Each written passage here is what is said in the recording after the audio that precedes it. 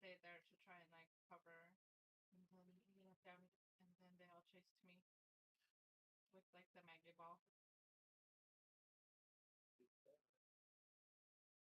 No, I don't think Mirage can craft the thingies.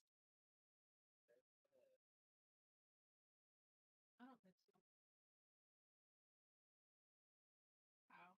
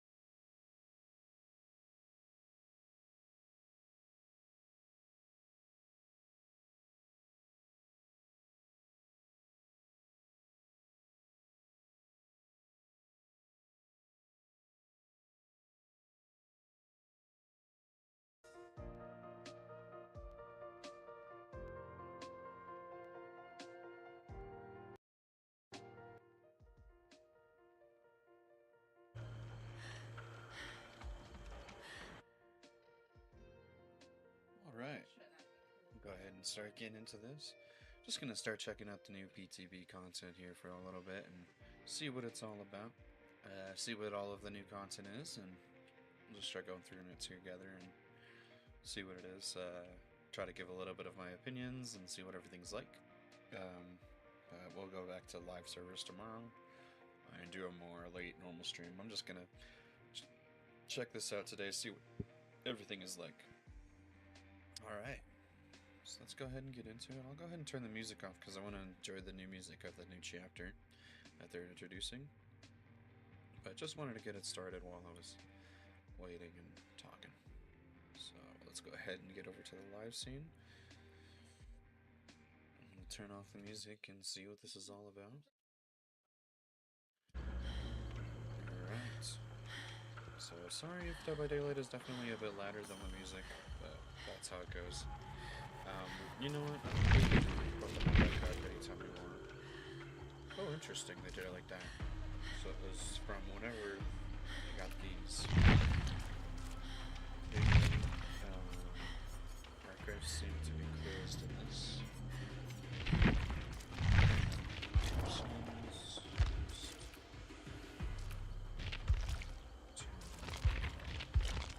Turn the music down just a bit, because it is just really loud. You can listen to it, enjoy it. I believe this is Shelter Woods, actually. This is not a new map. They've adjusted the way that one of the maps in the game already looks to integrate the new killer, which is interesting. So, let's go ahead and go back to here for a full list of patch notes. We can look that up, but I will go ahead and just read this because this is usually enough. Features and content. We got the new killer, and a couple of new survivors, 2 of them. Shelter Woods has a makeshift command center that was erected there. Its rigid walls and sharp angles, standing in dark contrast to the twisted wooden soil. For those who chance upon this crude structure, the realization that this complex belongs to an apex hunter, a hunter whose prey is human, usually, comes too late. A little bit of a badly written sentence, but I understand what they're saying. So this is like the killer's maps, just from the Red Forest, or the Macmillan realm, I guess, in the sense. Visual updates to Red Forest and Hattie Cower. Interesting. Let's go see what she looks like. She's my favorite survivor. We got new bots and custom games with, I think, loadouts and everything. Quality of life thing. We got map repeat prevention, so it's a possibility that players in the trial will see the same maps over and over.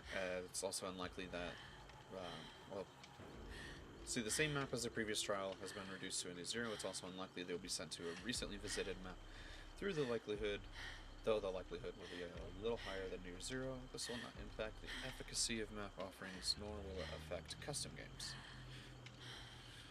Cool. Loading timeout. If any player crashes or hangs while loading, we will now be able to return to everyone to the tally much earlier. Okay. Nice. So if someone doesn't want to play against an offering, they decide to DC. Those other 4 players aren't just stuck there for like 2 minutes. Um, Reporting players, we have now added the option to report a player from a lobby. I'm guessing if they have some sort of name or something. Perk changes to any means necessary interruption. Multiple issues related to Nurse, Dredge, Trickster, Oni, and Knight. Didn't know. Issues related to Deja Vu, Coup de Grace, and Head On. Nice. That's nice that those are all fixed. Um, Map issues relating to Garnajoy, Haddonfield, Erie Crows, Decimated Borgo have been fixed. And seeing through skippable walls is kill switch due to a placeholder bug. Bloodward and perk is kill switch due to a bug.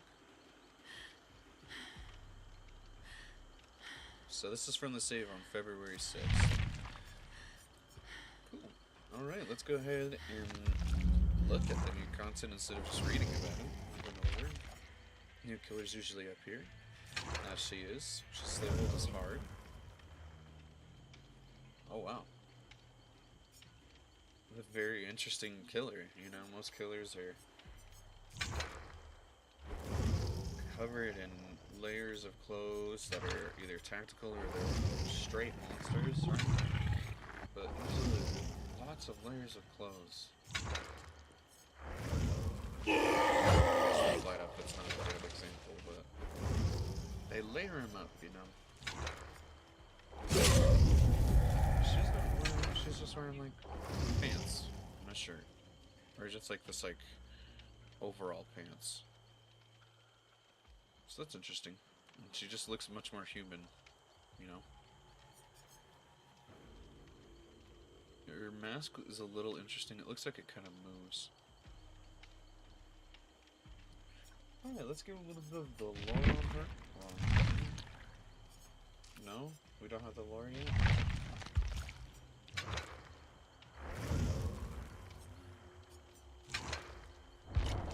Okay, I know I can press F1 to bring this up, so...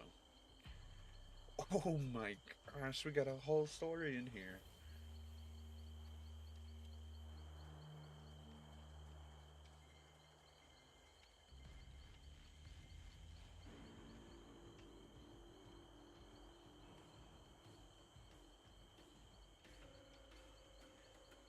Um...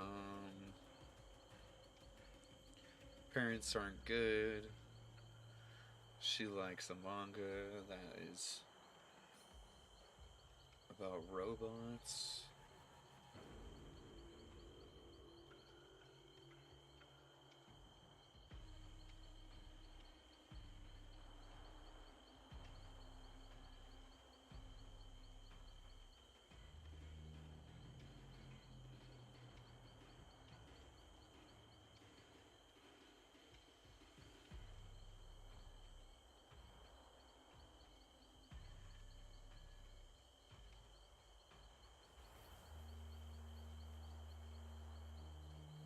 Usually they do. I'm surprised no one has. I hate Okay, it. so it seems like her father wrote a story and she decided to become the story. Something evil. His relationship wasn't great. I'm obviously summarizing very, very much. I skimmed it very much, but okay. Um, little interesting. Let's go back to that F1 menu actually and read the perks. So we have normal speed, normal terror radius, normal height. Alright, the first Skull Merchant perk. Your prey is terrified by relentless pursuit. After hooking a survivor, next breakable wall or pallet you break will make survivors within 32 meters, so not your Terrius, but within 32 meters, scream and reveal their aura for 4 seconds. I wonder if it's an actual aura revealing or if it's a snapshot reveal. Sometimes these aren't very uh, clear on what they mean. Thwack is active for 75 seconds after the survivor's hooked. So you hook a survivor and then you're able to get some more reading after you break something. Um, Pretty decent. It's kind of like Nowhere to Hide, but on the non-recyclable resources. Or on, you know what I mean, the breakable resources of the killer. can interact with. So I don't know. It's obviously probably going to be really good on killers like Nurse Blight. You know, you break a wall or a pallet after you hook somebody, and you know where to go because you have barbecue, and then once you get there, you're not exactly sure where they are, so you don't need to run your order routing add-on. You just run this. You find them after kicking the wall or the pallet near them. Get a nice rush or blink on them. So this one obviously seems decently strong. I wouldn't say that it's amazing. I think there are probably still better other order reading perks, including maybe even the new eruption. But we'll see. We got leverage. I'd hate that it's popping up there, kind of popping up over the other text, but that's okay. Like in business, you profit most when those around you suffer most. Each time you hook a survivor, you gain a token up to 10. When you hook a survivor, the perk activates. For each token, it reduces the speed at which survivors heal by 5% for 30 seconds. So you hook a survivor, you get this perk for 30 seconds. During those 30 seconds, it is much harder for survivors to heal if you've been getting lots of hooks.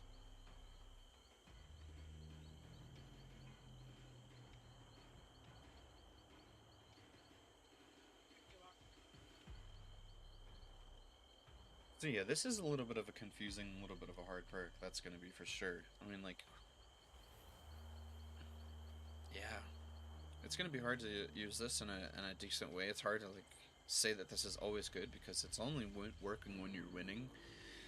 Like consistently, you're getting a lot of hooks.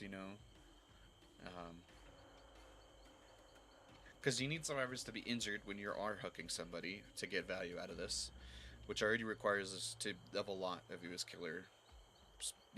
For the most part, to be able to injure multiple survivors, then already also get it down.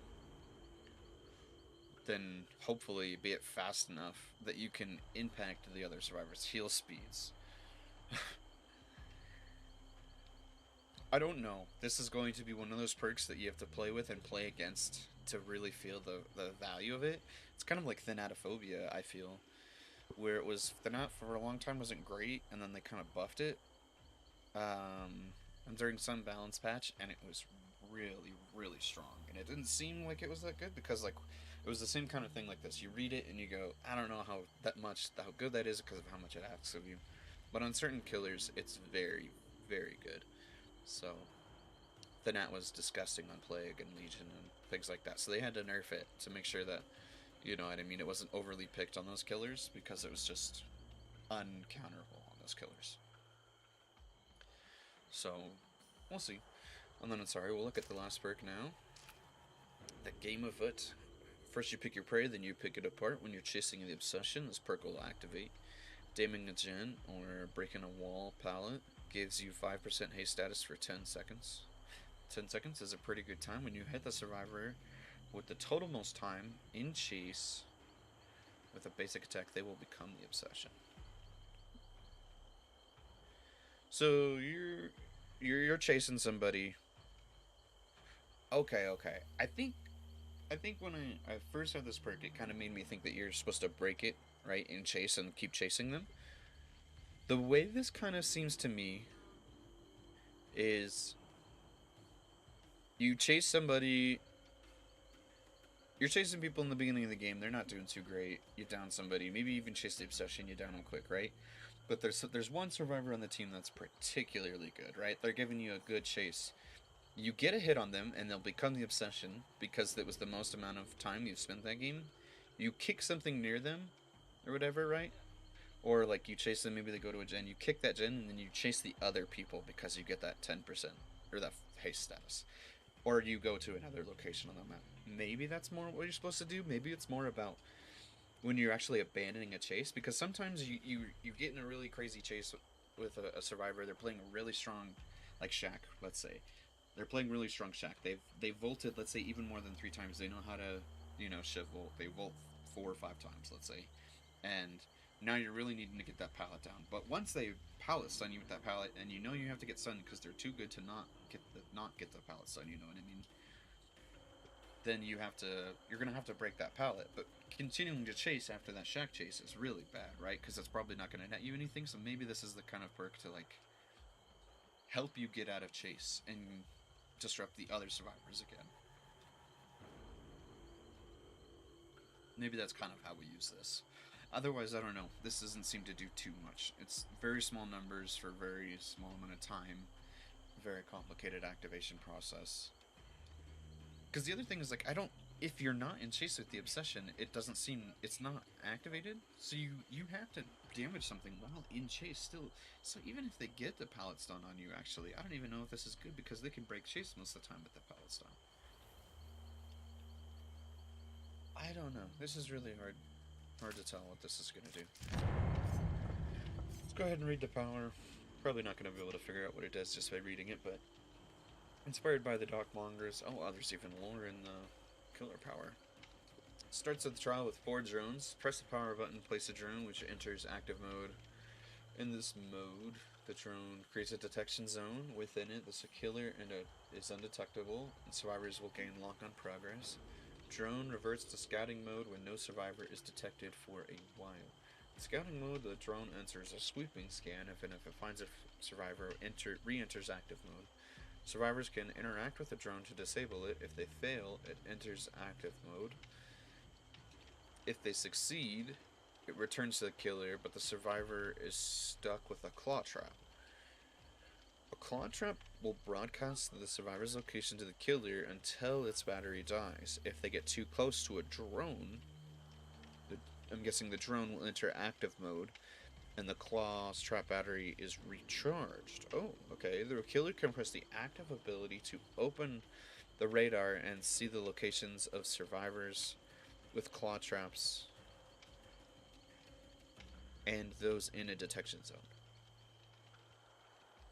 So you can bring up a tracker that will show people in when they're in an active mode drone, as well as show somebody who has disabled a drone. Special effect lock on. When full, a survivor is revealed by killer instinct while inside the drone's detection zone and suffers from exposed status effect until the meter discharges or they are put into the dying state. Oh, we actually get to see one. Oh, the drone. I see. The drones have the skulls. Okay, that's pretty cool. But she's not like carrying them. Okay. Interesting, interesting. Let's go and look at this real quick. Let's see what their perks and everything are like. They appear as well, they are.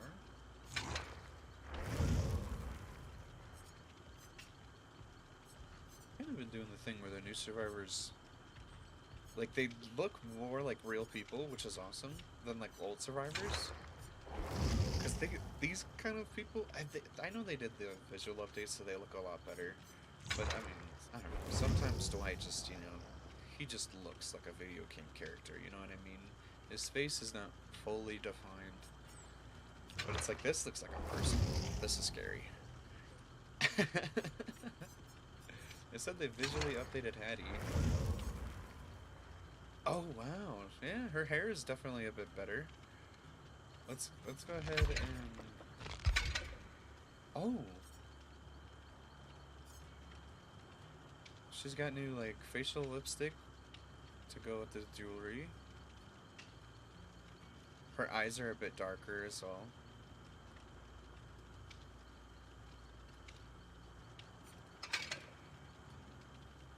Oh wow, they really updated this. It's more white than blue than it was.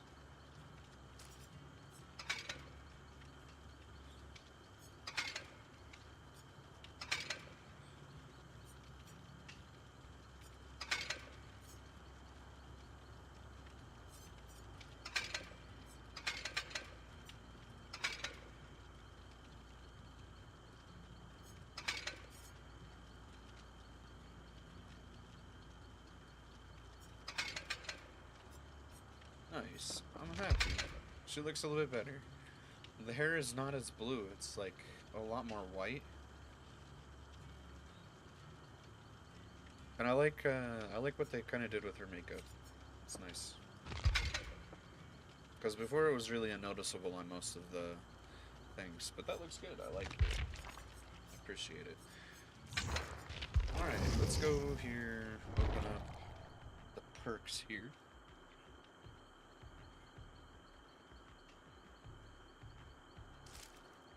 A friendly competition.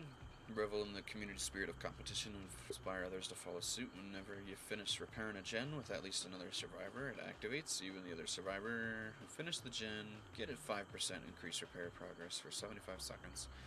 A little bit of win more, a little bit of momentum based survivor perk. I don't know. Deja Vu's probably better. It shows you which gens you actually need to do, and you get that 5% bonus.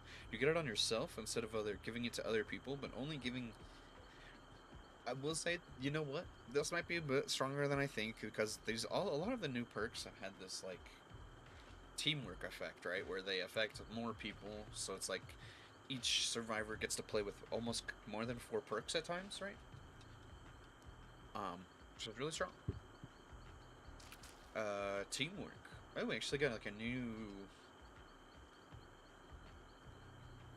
like perk type. I'm calling perks teamwork now. Okay. So it's hard to keep up with you, but doesn't stop people trying. When you finish healing another survivor, you both move 5% faster as long as you can stay within 12 meters of the survivor you healed, or until one of you loses a health state. Can only trigger every once 140 seconds.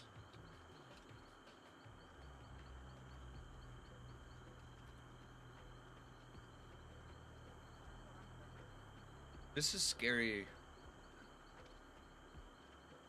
This is a very scary perk. Because what made Blood Pact balanced was that you could only do it to the obsession. So it was pretty much a useless perk, but this is not useless. This you can use. This you can use a lot. And you can... Like, if you're playing together with a couple teammates, your friend goes down, they have Exponential or Unbreakable. They pick themselves up pretty quick. You're all distracting the killer, right? You go pick them up. Killer sees you. You pick them up, and you either have We're Gonna Live, or they have their own Soul Guard, right? And you're faster.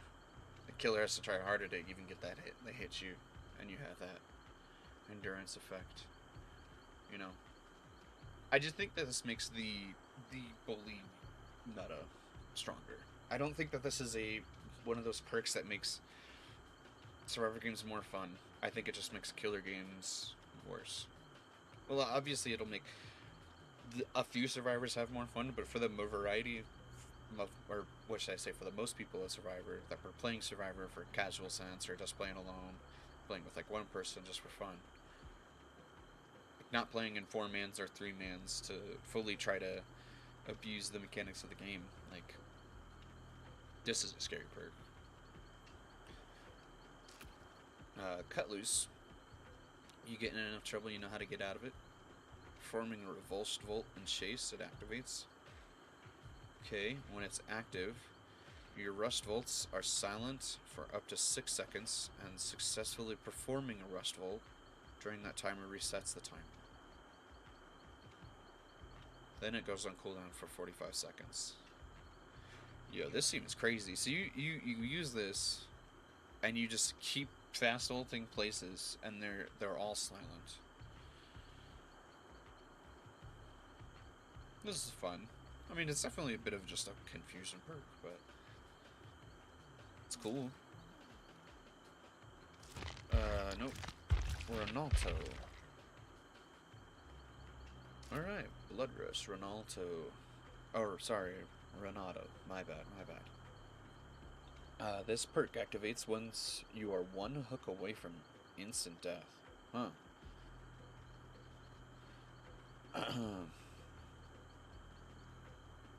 Oh, well, this is okay. This is the one I was hearing about. This is a whole perk. So, you get hooked twice. Or you get hooked once and you go to second state, you get unhooked. You are going to be able to use this perk now. It activates. You have to get healed. Alright, now once you're healthy, you're doing your own thing. Now, you're healthy, you are getting chased, and let's say, you sprint bursted at the beginning of your chase, right? You can, if you think you're far enough, you can press essentially like your dead heart button to hurt yourself to injure yourself, but give you your sprint burst back, or dead hard back, or whichever one it is that you're using. But you heal yourself. It's not like you just injure yourself and get it back. You heal yourself back in 20 seconds. Oh my gosh, what is this perk?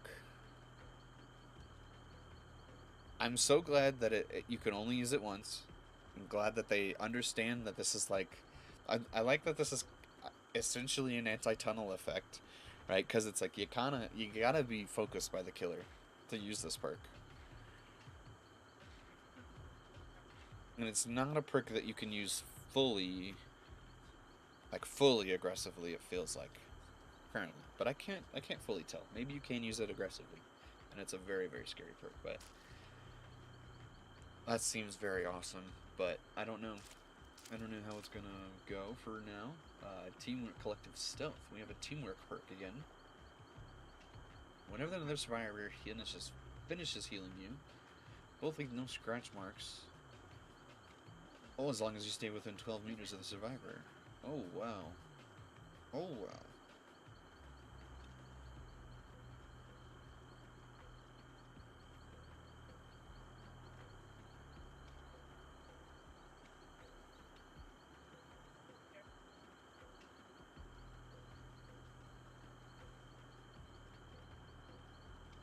No scratch marks is definitely a little scary, but that's how it goes. Background player. Not usually the sense. Endure of attention. In some cases, it can be a good thing. You unhook a survivor, break into a sprint at 150%, so sprint burst for 6 seconds. Gains exhaustion. Cannot be used all exhausted. It's 40 seconds of exhaustion.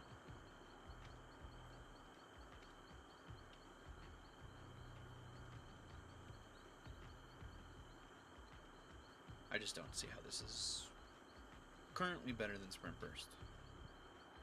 Incredibly specific exhaustion perk. I do love the fact that they're still trying to figure out new exhaustion perks, though. That's nice. Yeah, I just don't know. I don't know. Sprint burst is one of those things where this seems good. Like it might be in like this background player perk seems like it'd be good in in-game situations, right? Where you unhook and you both are able to get away from the hook fast because they are getting their unhook boost as well as if they have sprint burst, and then you get to get away. But what about getting to that hook? The killer's camping. If it's in basement, you know what I mean. Balanced gets you there, or sprint burst gets you there. And because you're there at the correct time early enough, you can usually get out with their borrowed time hit for you.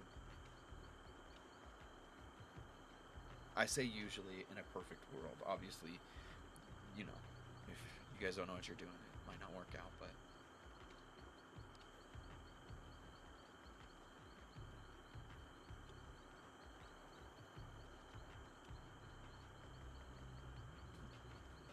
they're cool. Very cool ideas. I like the ideas I'm seeing here. Obviously, I want to try this out with Sprint Burst and Sprint Burst twice in a chase without having to think about it. Obviously, it would be a gamble, but I mean, if you sprint burst correctly, you know what I mean. If I'm at the point where I'm in the middle of the map, but I can make it to the other side of the map just by sprint bursting, I can make it to some other main building window. Like that's 20 seconds for sure. That's easy. Like 20 seconds is a decently long amount of time. It's not that small, but a sprint burst gains you over 10 seconds in chase. Even just, I think it gains you like 10 seconds in chase on just a straight W. I could be wrong. Or it gains you 10 seconds when they're 32 meters away from you. I don't know about if they're like right in front of you. So I don't know. I don't know.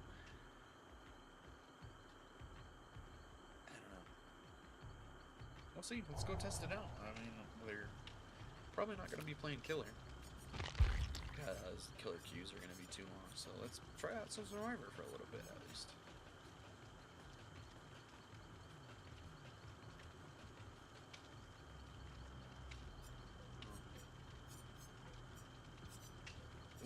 happy because how nice she looks, but I don't get to play with the new perks.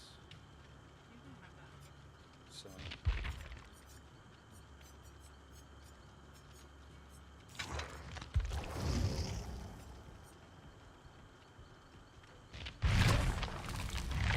which one do I wanted to try his, I think.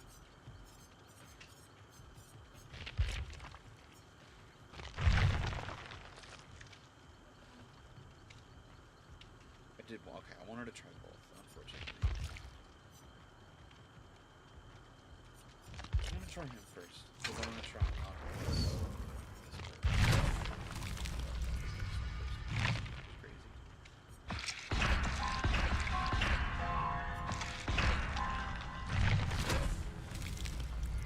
Dude, this seems like a dude, you know what I mean? It's like a real person. He actually looks like he has like full correct, I don't know, anatomical performance. Like, yeah, he looks like a human, but does he look like a real person? I don't know. But let's see. All of the new perks don't blow me away, but a couple of them seem good. Which I think is good. I think that's a correct way to do it. I think it's a bit more interesting to have something that's a little more team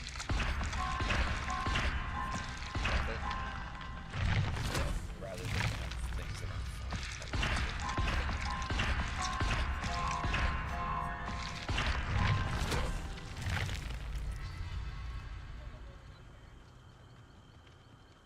That's how I feel about it.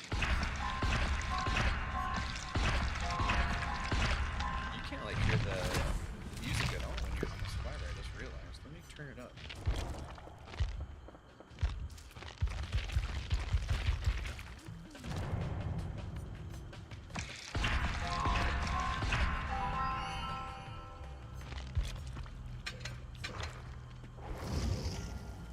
I just realized, yeah, they have their own music. Are we gonna start getting them for new survivors and such?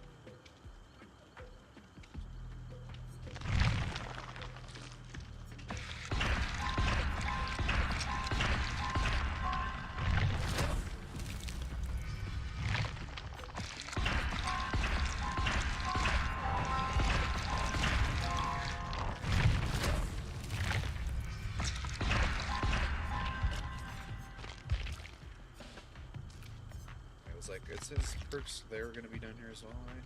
So yeah. I'm trying to get those tiered up.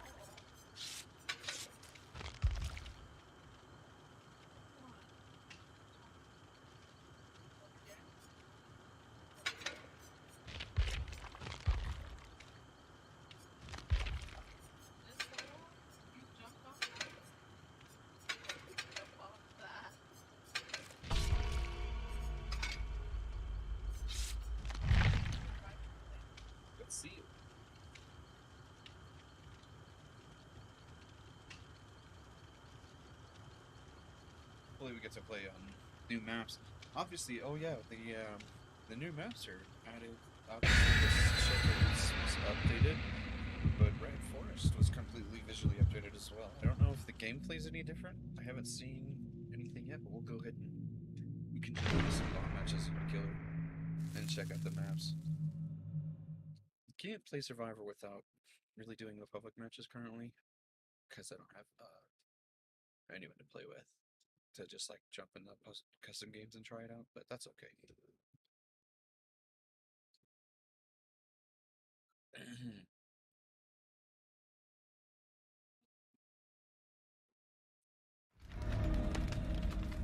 Oh, we didn't get a new map. We got the Mori though. See how his movement feels? Feels like Clinton.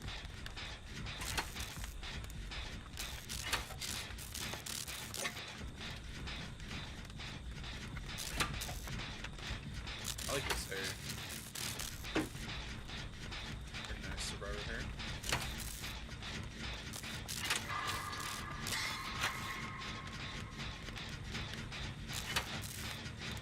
I'm gonna just try to do a gym in the early game, and then I'm gonna try to get shakes for the rest of the game.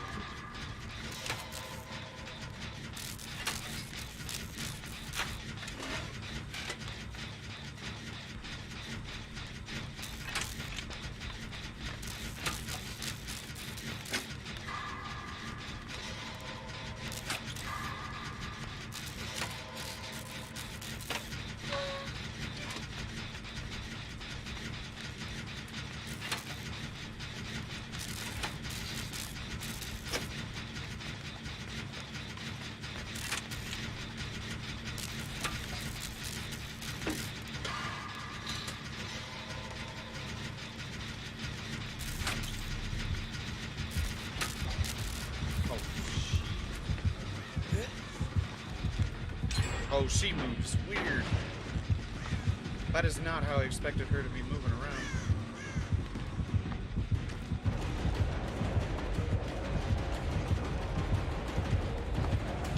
She wants me to vault in so bad.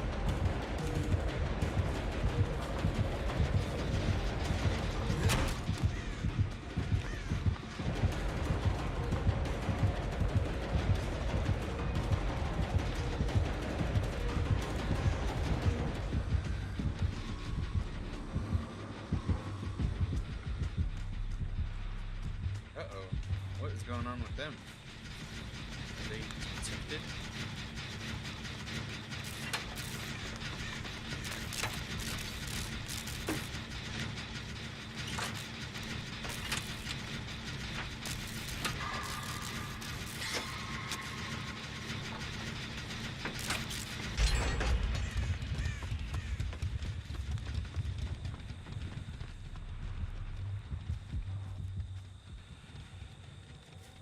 What is that? Oh, I think it was the thing, or power for disabling a drone?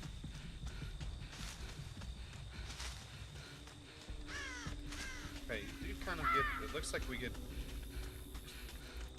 I'm sorry, that sounded a little interesting. Oh. It does look like you have a little bit of an effect behind the Survivor Fortress, so you get to see. Oh no. Oh no.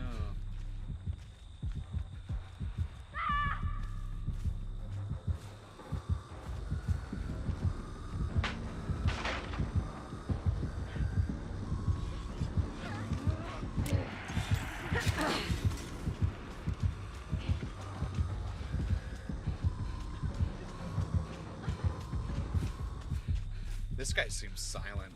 He sounds quieter than Ace. What's up?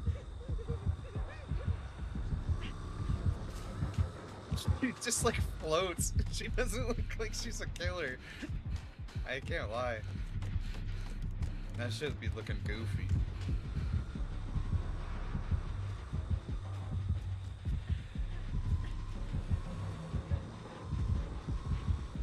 What's wrong with her?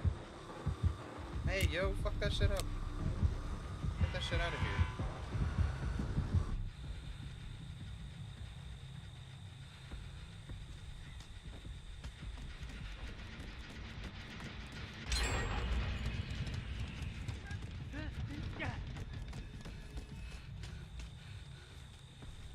Is she just gonna bleed out one person? I just don't understand.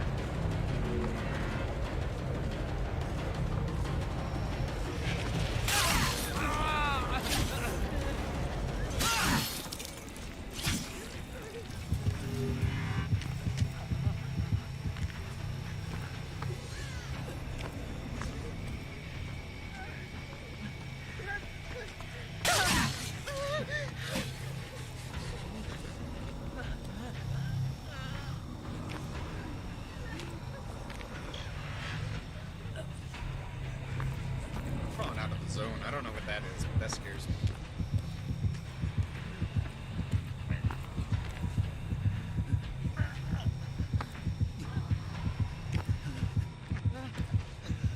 That's already the new meta. We're getting ground camped. Hey, yeah, thanks. I got that. It was a good, decent flashlight save.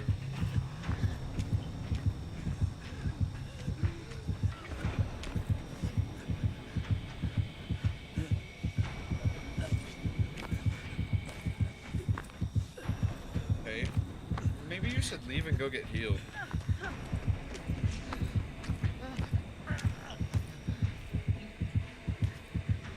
I didn't think that this was gonna be the new meta.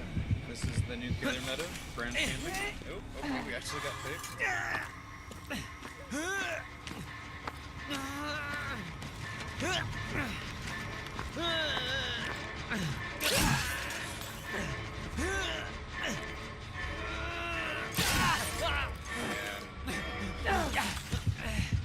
I don't have scratch marks.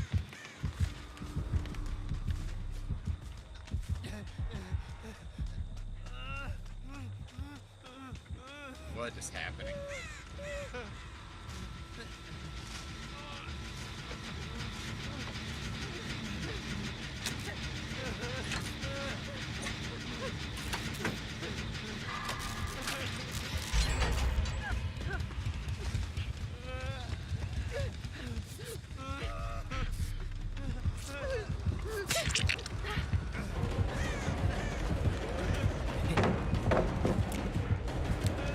What is she doing?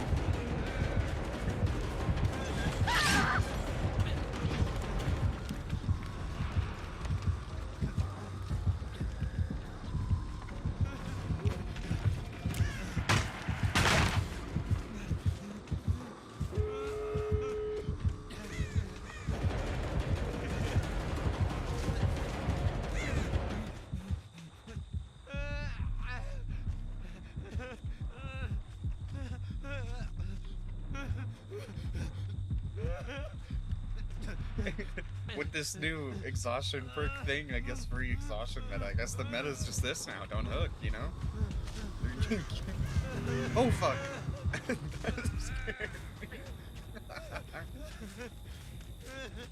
Where's the team, yo? Let me get a heal. Oh man.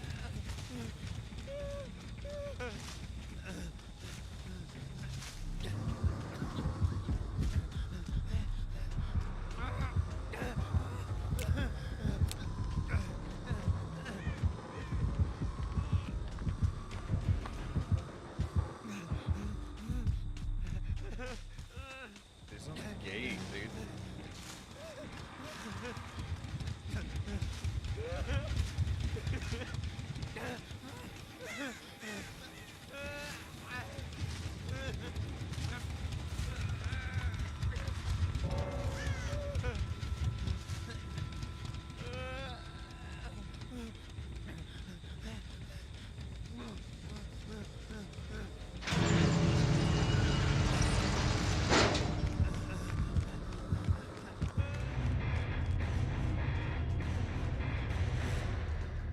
What a weird game.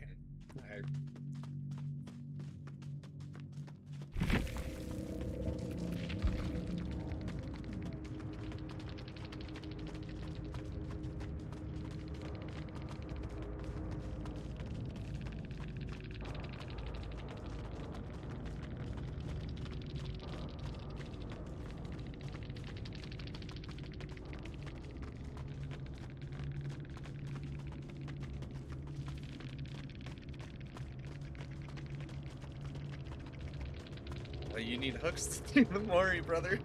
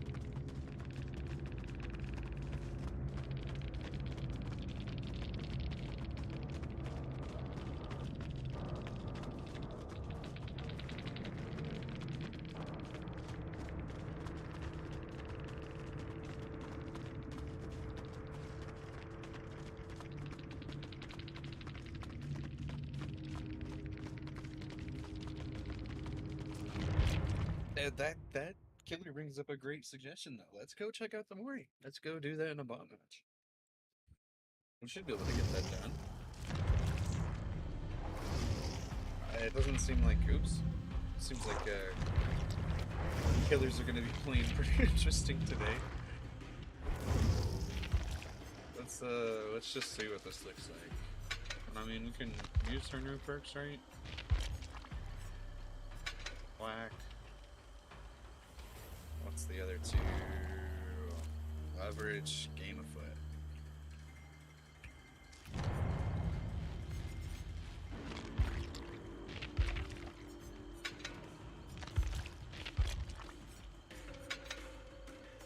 And then yeah, I didn't actually look at any of the add-ons for her power, so let's also do that real quick. I looked at her power, but I forgot to look here. I don't like looking at the ears first. I feel like it spoils too much. So it looks like they have plans to bring back the Blight Serum during the next Halloween event, if I had to guess. That's already what this tells me. Ultrasonic Trap Speaker. Survivors with Claw Trap destroy pallets when fast vaulting them. Holy crap. Claw traps with an empty battery gauge are destroyed when fast vaulting a pallet. Interesting. So a little bit of give and take add-on, it looks like. Instead of a battery being able to recharge itself, it gives you a perk of Dissolution, which is really strong for a brown add-on. It's really nice. Survivors in a drone attack zone suffer from blindness. Nice. Decent brown. Cooldown 10%. Hard to know what that does, but that is probably nice. In a drone active zone, suffer 20% smaller skill checks. Okay. Increases the unhackable state of duration of drones by 10%. I don't know what that means yet. Survivors in drone active zones have no skill check warning. Oh, wow.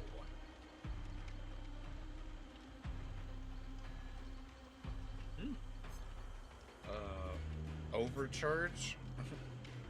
The add-on. Increases the battery life by 20%. Increases the duration of drone's active mode, and it's probably pretty decent. The lingering undetectable by 20%. I don't know how much that'll give you. Speed at which lockup builds, that's a stock speed add-on. That's got to be top tier. This is also probably pretty good. Sloppy Butcher add-on. Exhaustion add-on as well. Wow, I thought they said they weren't doing this anymore. They said that they wanted to get away from green add-ons that did like blindness, mangled, and hemorrhage, and exhaustion. And then here we go, got a new killer with all three of them. That was why they removed them off killers like Huntress. They removed all the exhaustion add-ons from other killers, but we'll give them to new ones, it seems. I just think they were like, we just need those ideas for later. Survivors that enter a drone's active zone get a hindered status effect for only 3 seconds, so it's not like it's continuous while they're in there. Hard to say if that's good at all. Geographical readout. While in the active zone, you gain a 2% haste status effect, 50% action speed. That's great. This is a great add-on. Survivors start the trial with a claw trap. Increases the battery life of the starting claw trap by 150%. These claw traps do not recharge and are automatically destroyed when their battery is empty.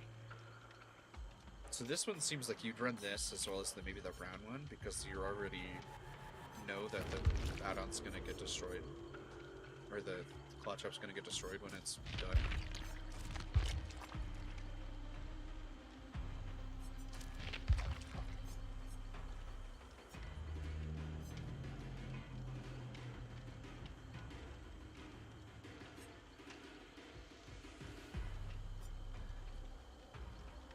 As far as the enter, you get order reading on. That's really strong. That's just really strong.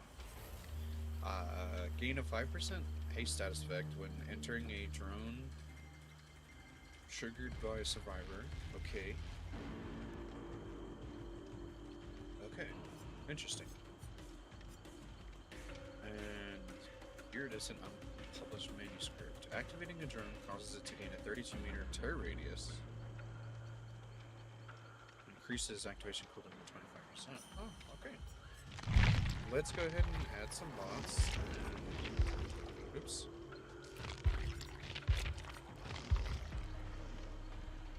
So now we can do this. Wow, look at this. So I think we can have 4 bot presets is what I'm guessing.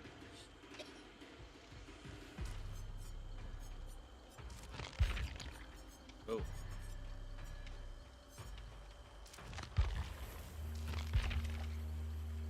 Where's brown medkit? Oh, there it is.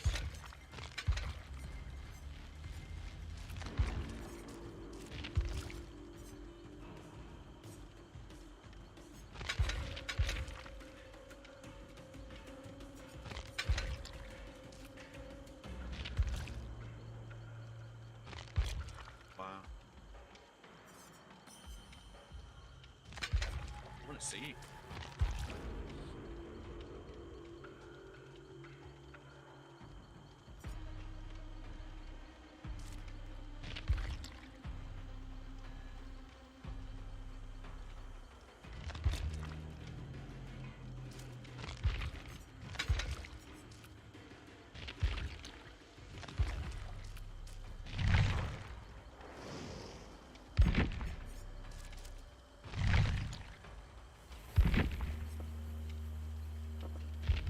So they're already all on preset 1, right? Okay.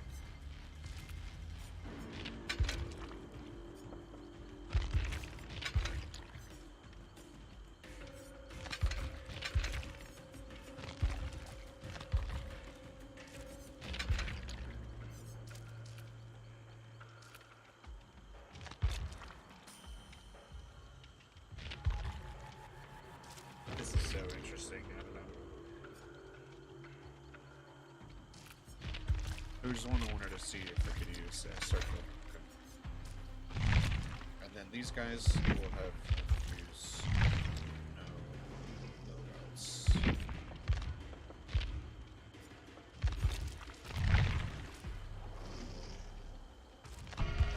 This is insane. What a beautiful amount of customization for a custom game now. Get set up. You can take more time setting up the custom game than you can playing.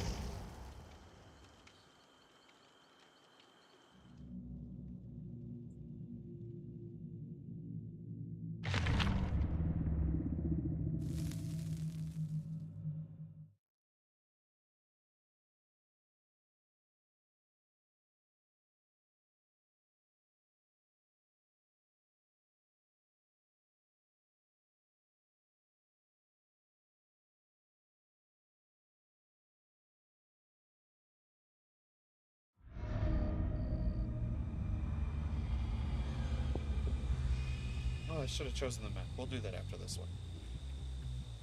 Let's try to actually get a more whoa, killer weapon. Looks interesting.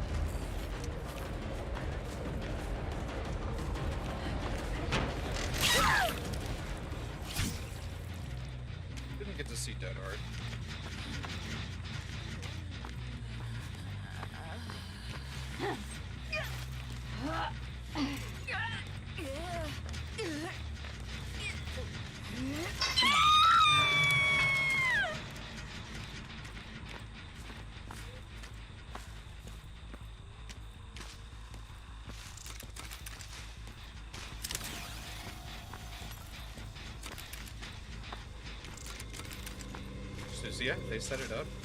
They look for the boon.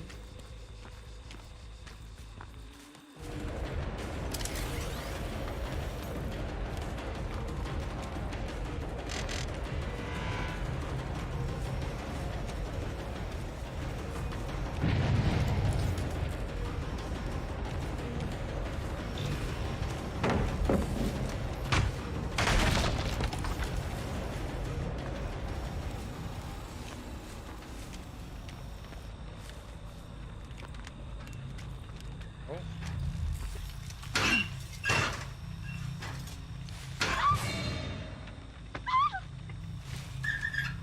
That was a bit of an interesting grab animation. A little weird. Sure. So if Yunjin and Nancy, we'll try to find Yunjin again.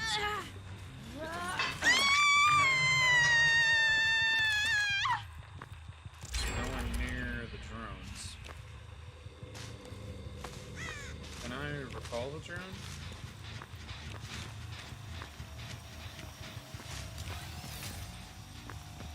I don't.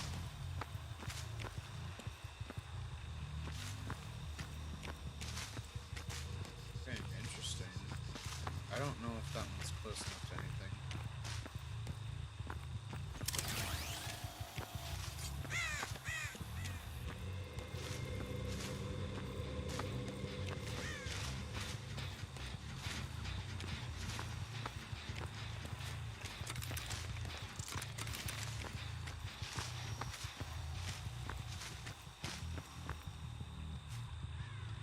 Uh-oh.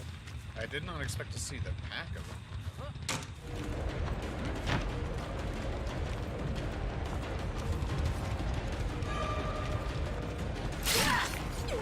Got him.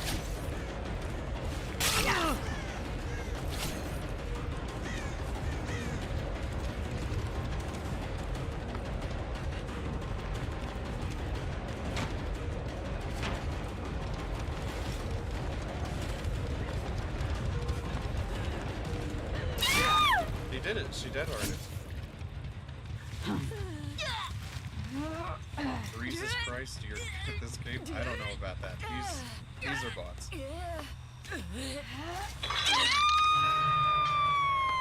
Come on, save Nancy.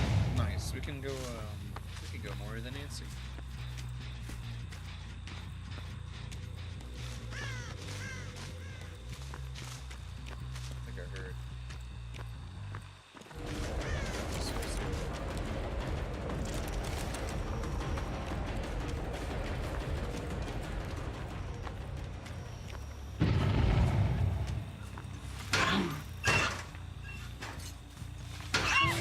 Alright, let's see the Mori.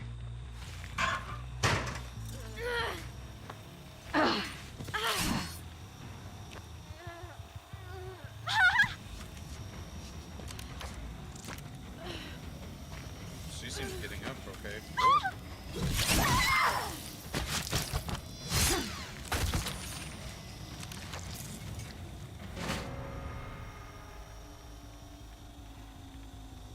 It was okay. I liked the idea of like her sneaking up on her and everything. Like that's funny a little bit. But I have a terror radius. Right? I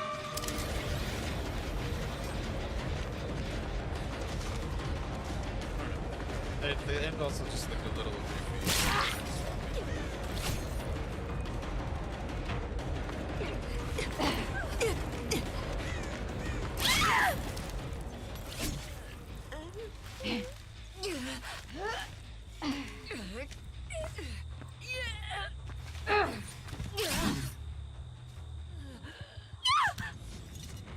Oh, her face is a little messed up.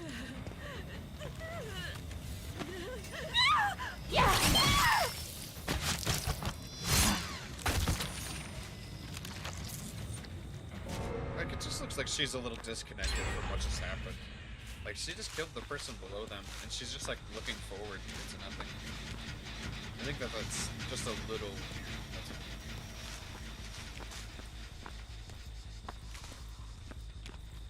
I love crouching. Steve loves his flash. He loves it.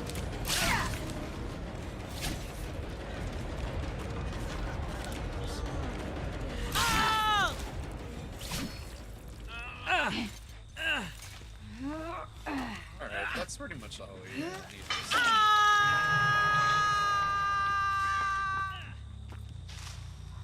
Oh, that pallet break is why I saw that Sora over here. She screamed. That was why.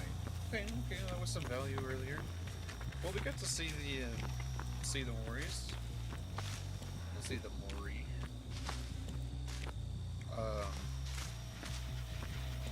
Or it's been worse, I feel.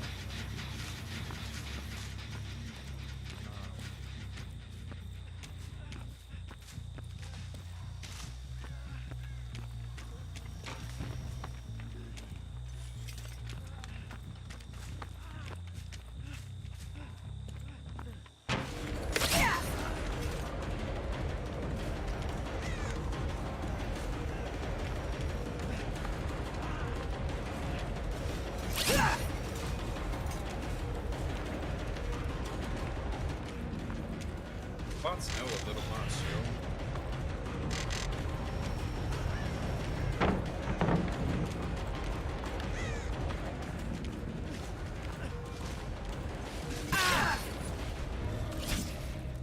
I can't tell what she does. I don't know. It's like you can expose survivors near you, or like in the tracking. It seems to take a long time to expose them. Like you can get them out pretty quick, and they're not always active. They like are active when they first start, but then they kind of like turn themselves off, and then they go into this mode, like this, where it's like only this planes will see a survivor instead of it detecting survivors in the whole area. So if they're like skilled enough, they can move around it, then like come up and turn it off, right? But I don't think I can do anything. Like once I set it there, that's it. Like I can't. I better be happy with how it's set. Which I'm a little confused by. The only way to get rid of it is for a survivor to interact with it. Don't like that. I don't know. Like it's supposed to like put a battery thing on the survivor, but I can't tell what that does either. Like, but if this drone is active and they're near it, she can get exposed. Like you can be exposed, but if she's also in the drone's radius while it's active, she's undetectable. She looks not like a killer. Especially playing against her, she looked like she floated. She's got this like hip sway walking animation. Her perks are interesting. One is pretty decent. I'll go over them here in just a second. One of them is pretty decent. Thwack. I think this is the one that's pretty decent. You hook a survivor, then the next time you break a wall pallet, a wall or a pallet, you'll make survivors within 32 meters of you scream and show their aura for 4 seconds. So you get some nice aura reading after like leaving a hook, but you actually get it like when you're there instead of like barbecue when you only get it like when you're getting the hook. So it's a pretty decent aura reading perk, realistically. But it's not super strong. It's obviously going to be the best on Blight, Huntress, and Nurse and stuff. Leverage is really weird. This is when you hook a survivor, you gain a token up to 10. Then after you hook somebody, for 30 seconds the perk is active, and for each stack you have, healing is 5% slower. So if you've gotten 3 hooks, after that third hook, healing is 15% slower. That's a pretty good slowdown. And like once you get to 4 or 5 hooks, healing's gonna be really hard. But the problem is that it's only for 30 seconds after you hook somebody. So you have to get the injures, hook somebody, make it hard for them to heal, get another hook, right? It just sounds hard. It just sounds one of those things that you have to stack with sloppy to even get value out of it anyways.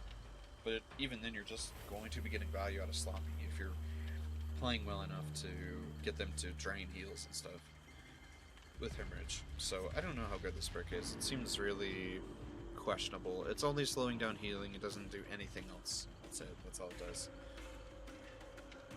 And I think it tells the survivors immediately that you have it after the first hook. So it's like, I don't know. It's not great, but it could be better. Could be worse. Game of Foot. This is a really hard perk to decipher. I can't tell if this is what this is for. Um, when you're chasing Obsession, it turns on. Then you can damage a gen, a wall, or a pallet while chasing them, and then um, you get a 5% haste status for 10 seconds. And yeah, you're right. By the time like I try to get value out of this, by the time I get an injure, another injure, and then a down, and try to get, they're already healed most of the time, right? Because Boone, Medkit, or yeah, another teammates. So yeah, it's like I don't know how good this perk is at all. It doesn't seem to be very useful. But Game of this, so it does all that, right? When you're chasing Obsession, you can kick something to get a speed bonus. But it also is an Obsession switching perk where if you are chasing somebody and they are the survivor that has lasted the longest in chase without a hit, if you hit them, they'll become the Obsession. So the way I kind of read this perk is you're playing, right? Things are going good. You haven't actually, like, no one's really like giving you a good chase yet. You're getting downs, but you meet somebody who's a good chaser, right? You're chasing them, and you finally get the hit on them, right? And you see that they become the Obsession. Essentially, that is your like, it's the game telling you, okay, kick something near you and get the hell out. Go find another survivor before it's too late to interrupt the rest of the survivors, because the survivor's taking you on too long of a chase or something. That's how I'm reading it. Because otherwise, it's like people say, it's like you kick something in chase and then continue to try to chase them, but you can hopefully make up that distance loss because of the haste bonus. I don't know about that. If a survivor is good enough that they become the Obsession after their first hit, and then you feel like you need to kick something, they're gone, no matter what, right? And so that's the other thing, is like, are you even going to be in chase after you get that hit, right? And like go to kick something. Are you still going to be in chase, or are they already, because of their speed burst, they might have overcome, they broke chase, right? So it's hard. I don't know if this perk does anything. It seems to Swift's Obsession, which is like, that's definitely a tool. If you want to ranker the person that's looped you the most, this is the perk to do it, I would say. You know what I mean? But even then, it's like you have really good perks in the Gen Kick build, right? We have Overcharge, Call of Brine, Interruption, right? We have 3 really good Gen Kick perks, and if we wanted the 4th, it would be Nowhere to Hide.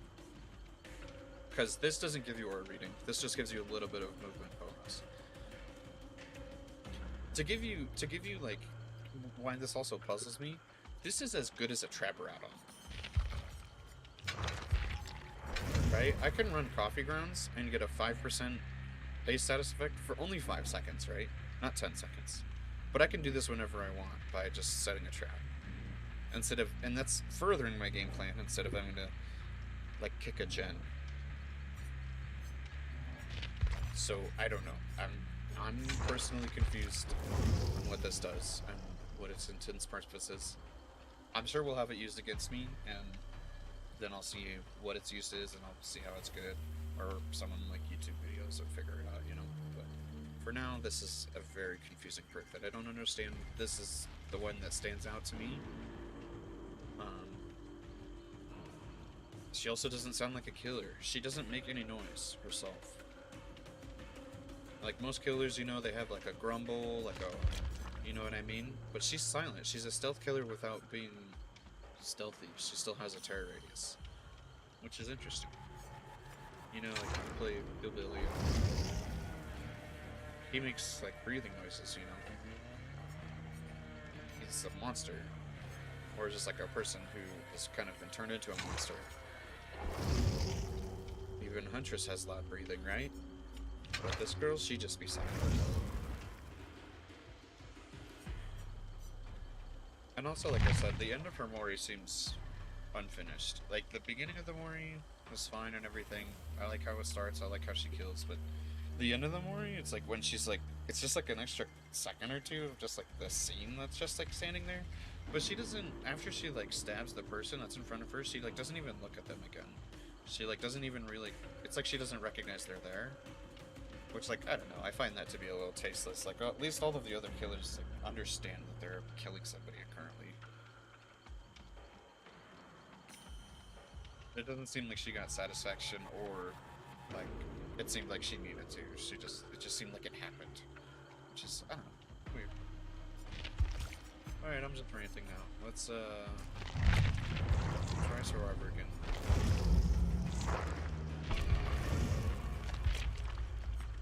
I wanna try this perk.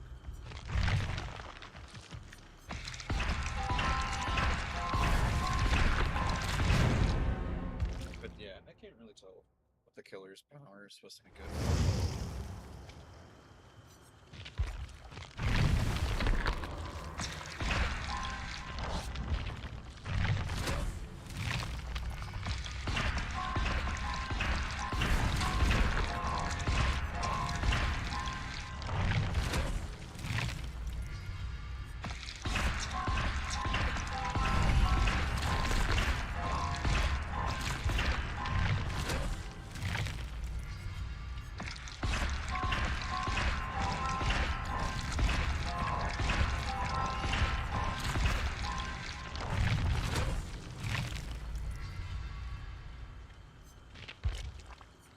One of the other things I've noticed about the update is the survivors. This guy is silent. He makes no noise. When well, he doesn't make any breathing noise. Like even Ace is more purable than this guy's, which is crazy. But she sounds pretty loud. Oh, we were gonna check out the maps. We'll do that after this Survivor game. We'll go inspect the maps.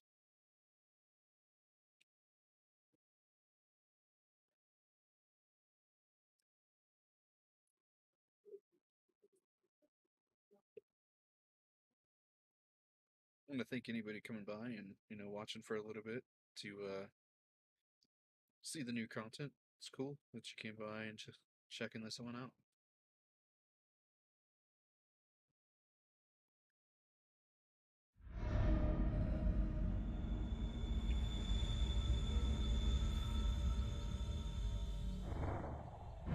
Nice, we actually did get Shelterwood, so we should see the new map layout. So, backside is the same. I'm guessing it's down over there. Oh, it's like right in the middle. Where's my tree? Did they take away my tree? Oh, she said a thing there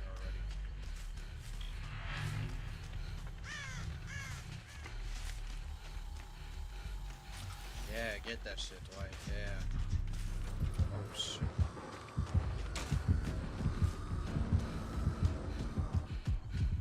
That parry radius is spooky. Oh wow, she's just threw another right there.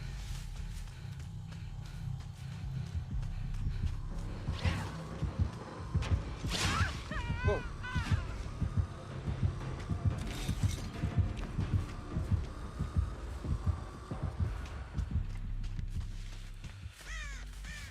I guess I'll do it then. I just can't do it once I get chased.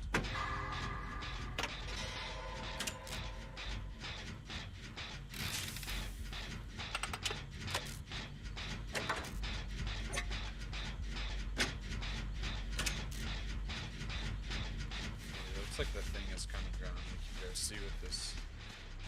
Oh, never mind.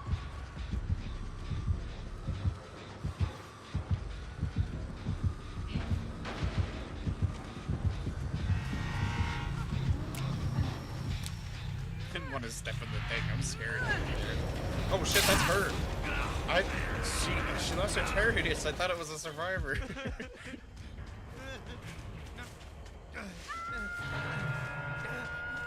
Oh, okay. I'm starting to understand the meter now. It's very confusing the way it looks. This person's like actually trying to play together. That class played against this goofy.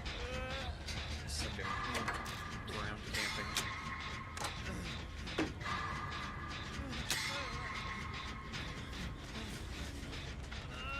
It's okay.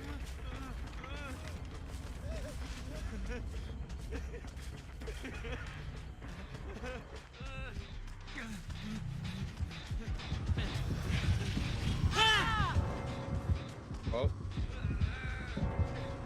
Ooh. Can't bully the killer. Time to leave, they say. Let's at least have a chase, okay?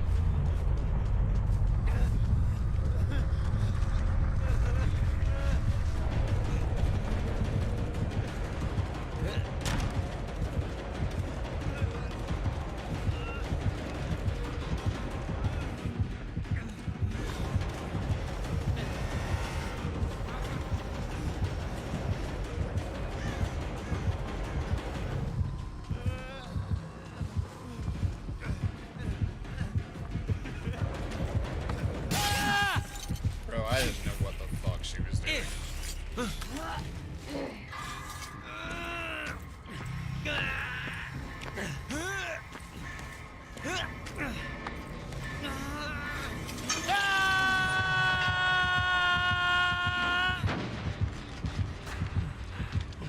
He's killer.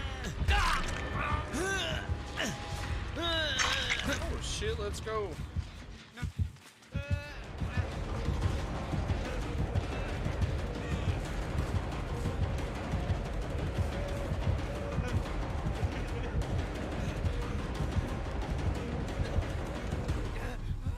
Aw, bro, come on.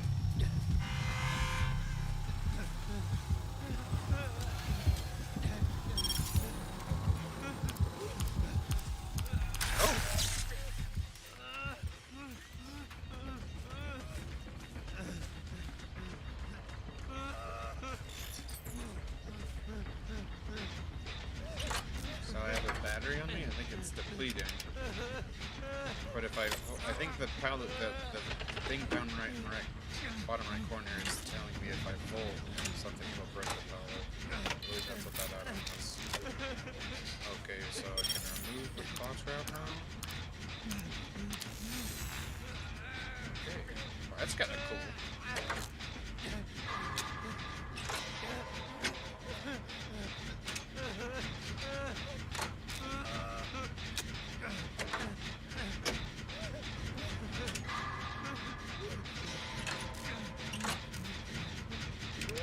This is kind of silly. Silly screen. I really thought she was going to chase me.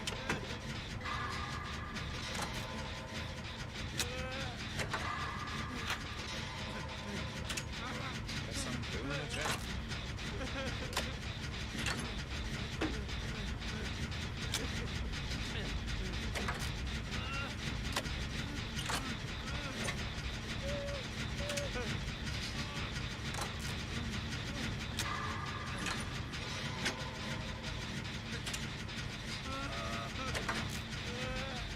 Is he still being chased?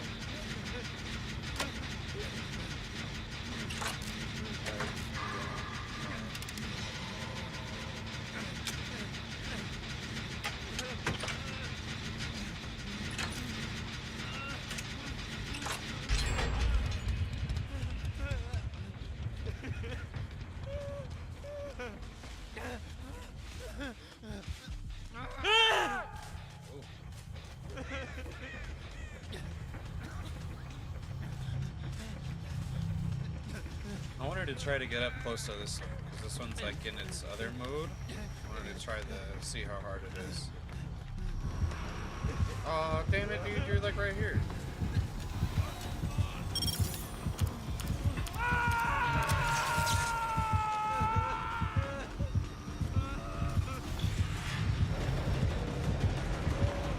Oh wow, this wall is really long. What?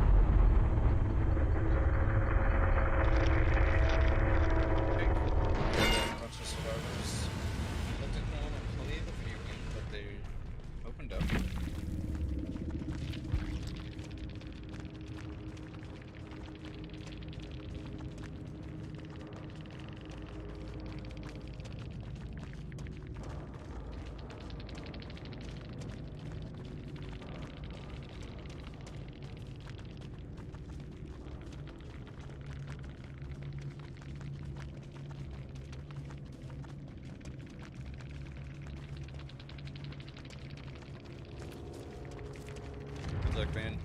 Hopefully your survivors don't DC on you. He's just trying to learn what the killer does. He's just trying to, play the game and give the killer support. Survivors just feel like they're not winning entirely and gotta leave them. I wanted to, it's not the wrong one. I wanted to go check out the new maps. I haven't been able to see them. Let's just jump in with, like, some Wraith.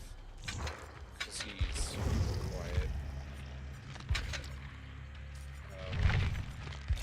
So look at this, yeah, I can add bots now. Look at this. They can have like a whole build. They didn't seem to want to take hits for each other. She did not seem into it, so I don't think they fully understand all of the perks, but they could use like most of them. I can't tell which ones they can't use currently.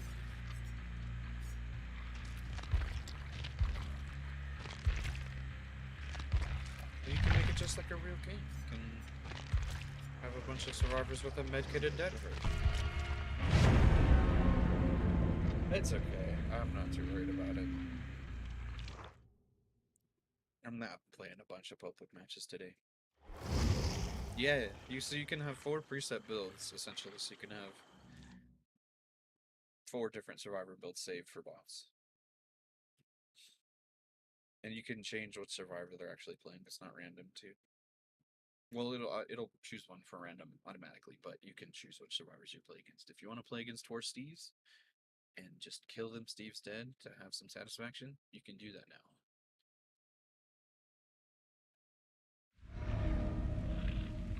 Oh, nice. I didn't even choose it. I forgot to do that.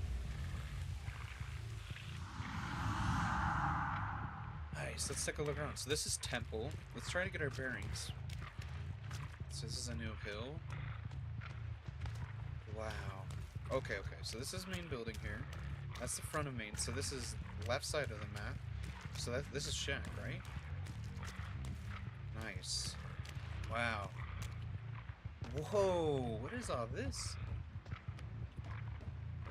This is a cool looking shack. It's a little plain inside, but I like the way it looks.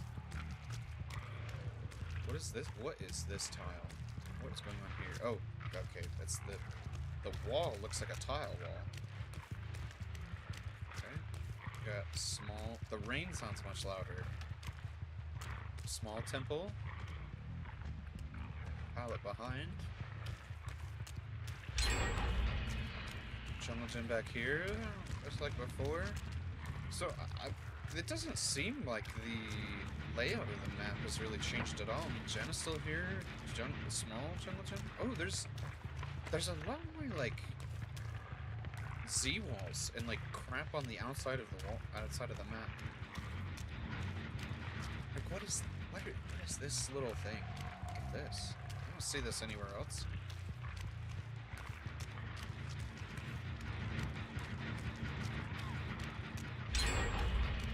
Hill back here. Oh wow, we have a jungle gym now instead of the corner into the second small temple.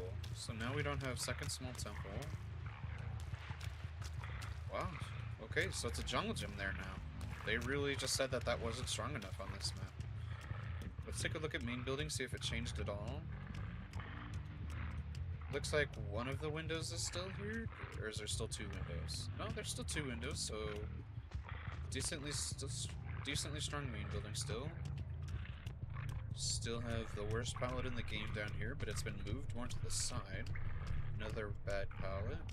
Classic cook. Oh, we lost the black salt ring.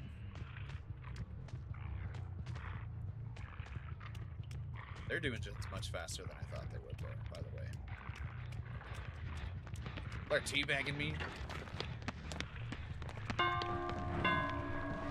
You death-hearted survivors. Well, that's pretty cool. Does the basement look... Oh, yeah, this hole looks completely different now. It's much more pronounced.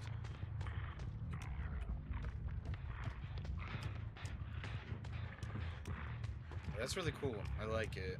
Upstairs look different. Oh, the staircase doesn't seem as steep, but I could be wrong.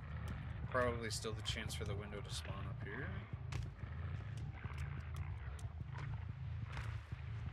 And then I'm assuming that, yeah. So we kind of have junk loops into, Gen in the corner, but still the jungle gym here as well. And then we have something in between the jungle gym and shack. I really like the look of these hills, though. Oh, okay, that's deceiving. Oh, that is very evil. But this is like, you can walk up this, right? How does that look different than this? Okay, I guess it kind of does. It's clear that the dirt goes up, I guess.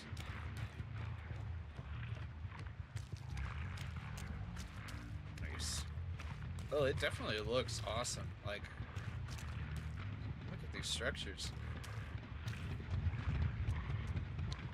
I was a little worried. This one is done really well. I can't lie. This is amazing. I love the way this looks. It's a little sad to see the old Red Forest vibe go, but hey, nice. Look at these exit gates. It's definitely like it's a lot more. It feels a lot more like Chinese forest rather than just like not being able to understand what. Oh, they already opened the other door. I didn't get to see what the inside of this one looked like. Rather than just like nondescript forest, but you can definitely tell it's more like Asian forest, which I really like. Nice exit. Inside is a little plain compared to some of the other ones they've released recently, but I'm glad that they're starting to do this, just not make it all the same exit gate.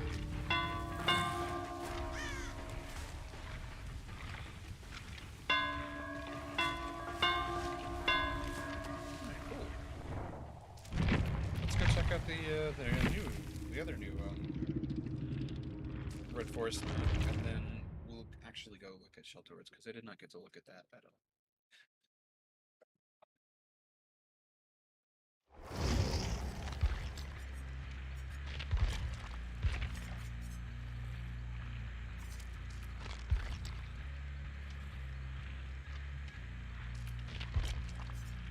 Okay, I was like, where are they? But you just can't see them. So we looked at Temple, let's look at Mother Stone. Currently they don't have a texture, it looks like.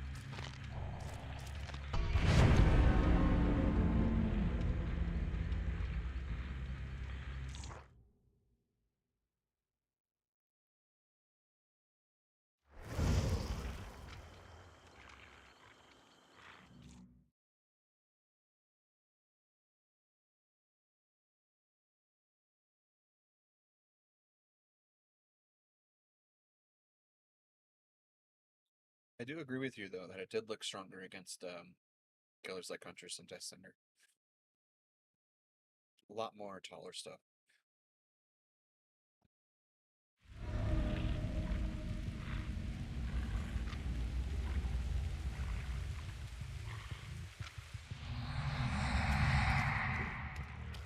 Okay, we're at Maine. Let's get our bearings. So I think this is our two corners we're used to seeing. Yep, okay, so this is Jungle Gym Corner, as well as Jungle Gym Corner. Not really... Okay, there's still trash loops in between the two. Kind of fades into Main. We got that corner over there. Let's take a look at Main building. Wow.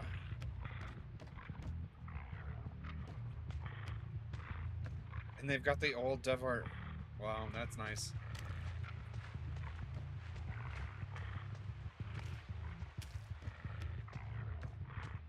This window is still here and strong as ever. They made it yellow to make it more clear that it's a window vault. They're doing that with all the vaults. I wanted to take a look at this small building. A lot more blocky now. Oh, a lot more smoke in here too. Stone stairs. Nice.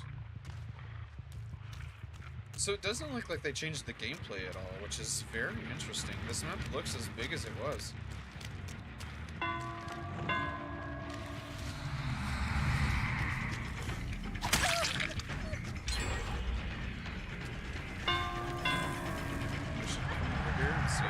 after the LT wall.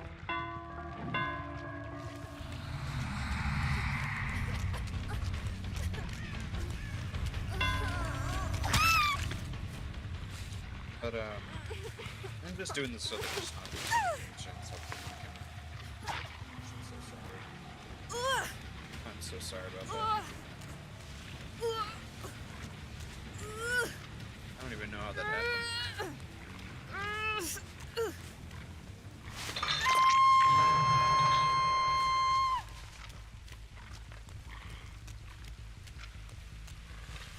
Sorry, let's go look over his shack again. It's presumably the same shack. We got the LT wall until, you know, trash loops. Yeah, it's the same shack. I love the look of it though. The window looks so small.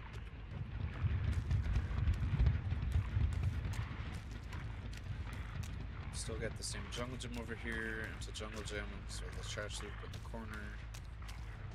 Yeah, this map was not changed. The size of this map is, I think, the exact same, which I think a lot of people are probably going to be mad about. I didn't think it really mattered.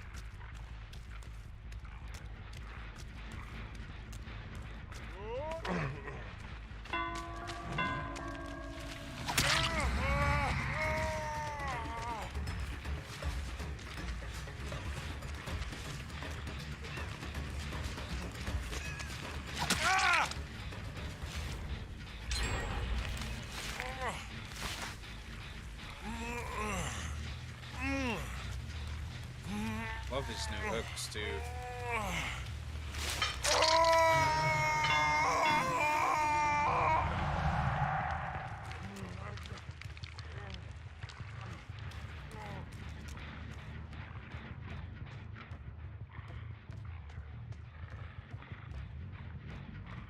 Windows are a lot more window. You can actually see through. This vault is a lot less hidden, as they say. Secret.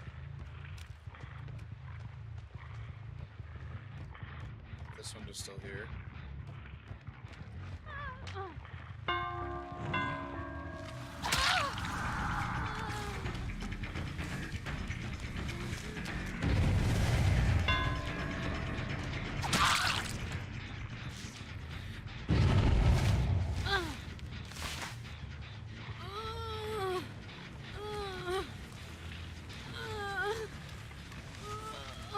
I think they did a really good job.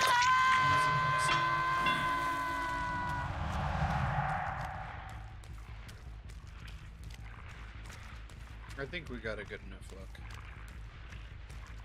What do you think, Rhiannon? Do you think it looks good?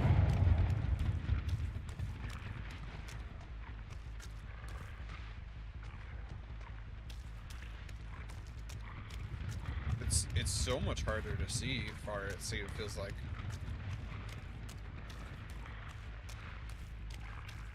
It certainly ain't no blood lodge, that is for sure.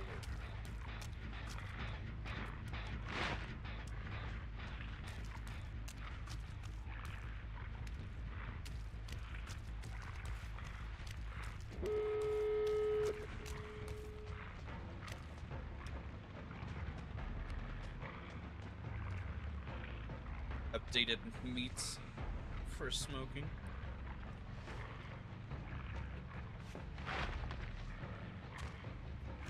That's what old style smokehouses used to look like. Smokers. Giant little buildings. Or tall little buildings, I'm trying to say that. I didn't know giant little was an idiom.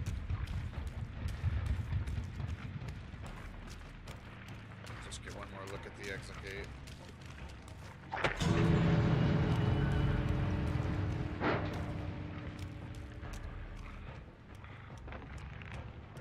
It's nice. Yeah, good job, guys. Alright, let's go actually check out Shelter Woods. Which I think is the most surprising thing about the update, because it's actually something that I think that TBD community has talked about, kind of wanted for a while, but we never got, was them doing something like this for a killer, for an original killer that they've added, was either changing a current map or like adding a variation to the current map for killers. I know a lot of people expected that when like Trickster was released. A lot of people expected a new map because it was also a dry time where we did not get a new map because we got one with Executioner, but no one with Light, none with Twins, none with Trickster. Didn't get one until we got Nemesis again, which is another licensed map that was indoor.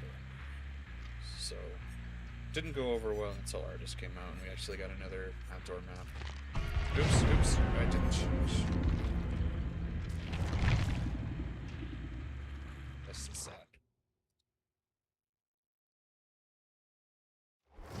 Such a fool.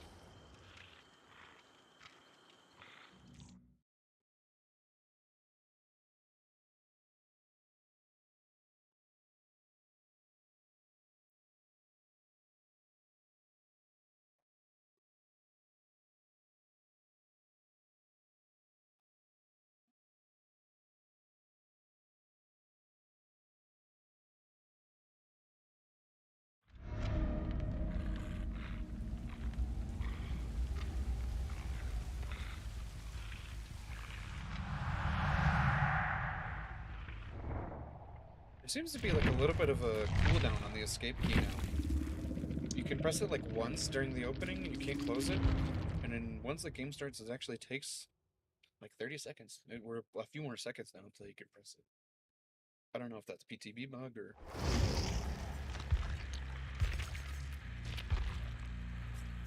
Shelter Woods.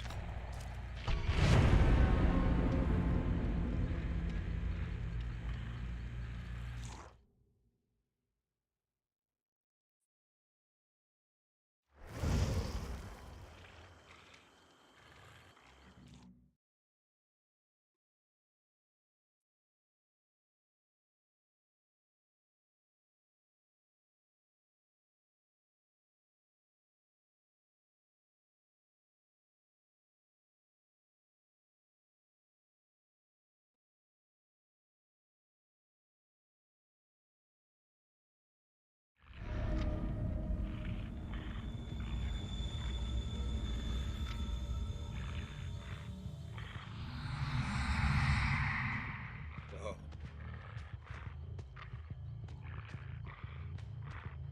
Okay, so I think these are like practice dummies. Oh, that's like that's an actual person though. That she made into a practice dummy, actual torso. Okay, so this is the new area. We got this very long wall with this window here. The walk around is not too big, but this wall itself is just insanity long. Got a pallet here. Middle. Got another window structure here. A couple doorways.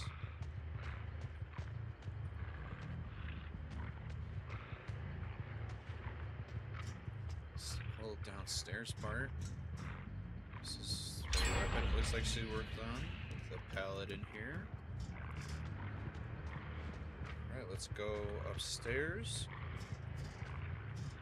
So we've got a balanced window vault, I would say. Nothing else you can really use that for with it being open right there. Killer doesn't even have to vault it. We got a nice bed. Wow, this looks... This is so jarring to see a DVD, I can't lie. I'm like... This is so like Apex Legends, and yeah. Oh, we actually got a vault here too. Grant, that one's much stronger, it seems. Never mind. Well, that's that. It's not too far from Shack. And the map is kind of...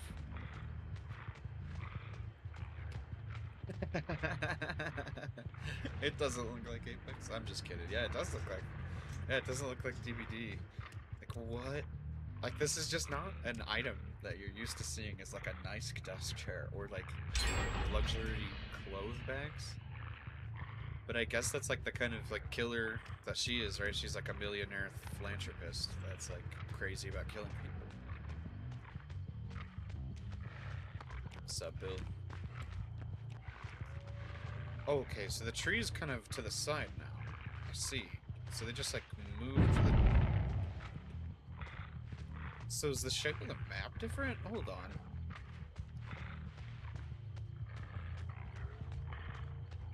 Because of the way this jungle gym is laid out, I think the shape of the map is slightly different. I think this corner is. Maybe I'm not. Maybe not. I think that jungle gym just got pushed out there instead of like being over here at all. But there's only one now over here, instead of there being one, two in the middle-ish. We now have a street here to thank for that instead of a jungle gym. The jungle gym's down here, which means this map has been either main building must be stronger than like a jungle gym and a half, or the map is even nerfed.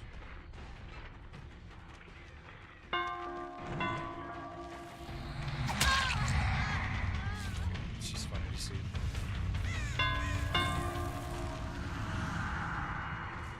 Yeah, very much not DVD, but I'm at the same time I'm happy for it. They need to introduce new art styles and try new things. You know what I mean? Oh. Hello.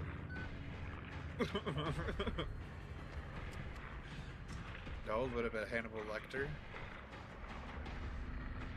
It's a lot of blood coming out of the fridge, man. Get that shit cleaned up.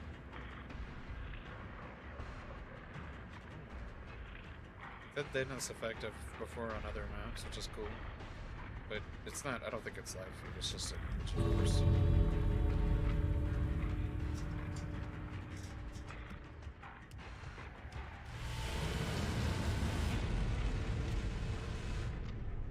Very, very interesting to see that on a Macmillan map, you know?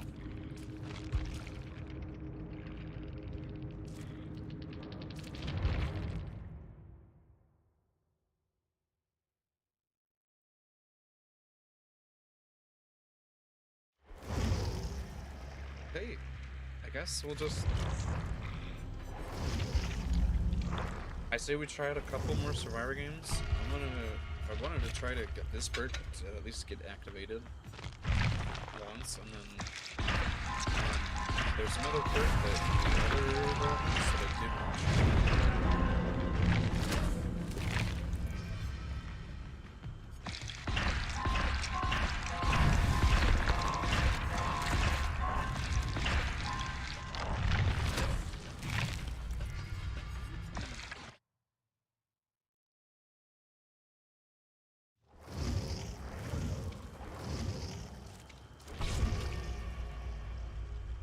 He's already got a red shirt, bro. You already paid money. I'm just kidding. You know what they say about red shirts, though? Red shirts are the first to die.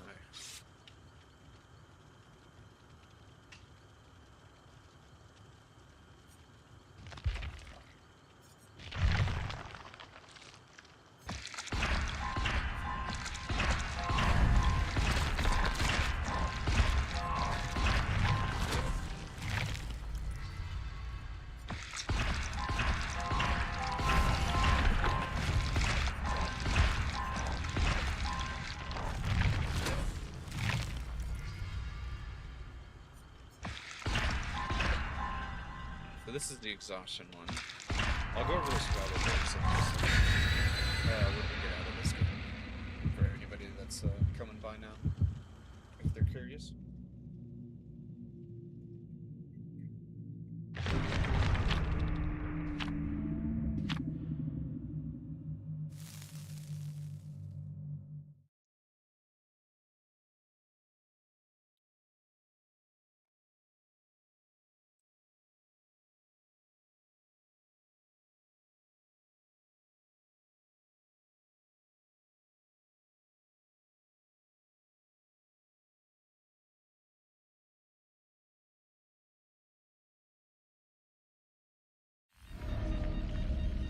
That's not the new map. Oh, I already have a thingy on me. So that was... Hey, it's the combo that I was talking about. That I was like, you bring this as well as a, the one that you know is gonna make them break the pallets when they have it.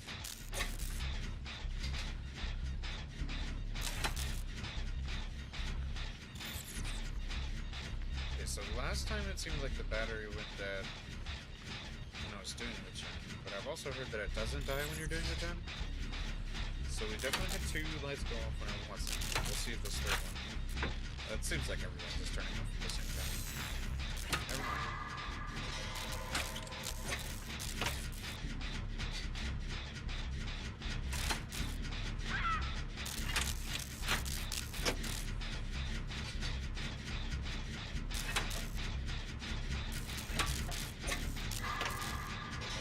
The first map I played on was Cold Wind, and it was just like the Oasis screens on Cold Wind. I won't lie, it sounded like a duck scream. It sounded like a loud clack. Just like, well.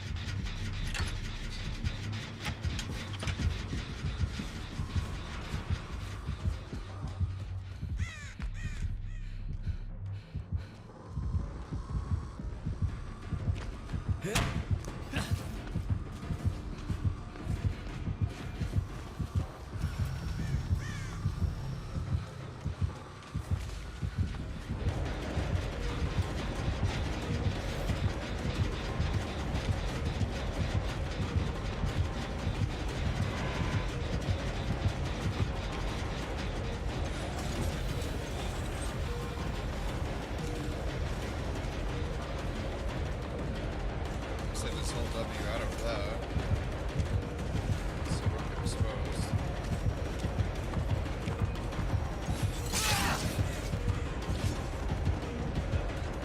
Now it doesn't matter. Yeah, the windows are back. Windows are back on this structure. I did not expect them to be there, so it didn't want to play.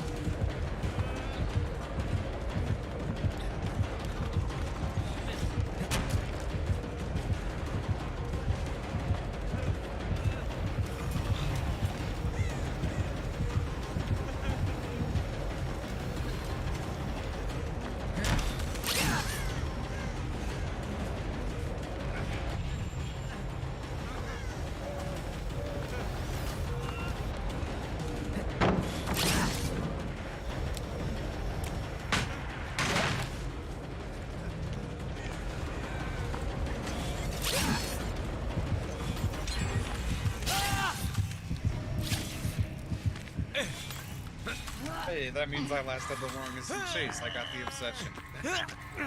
Only one other person can chase those.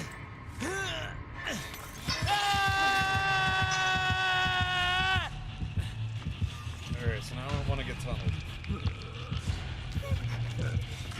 Yes. Thank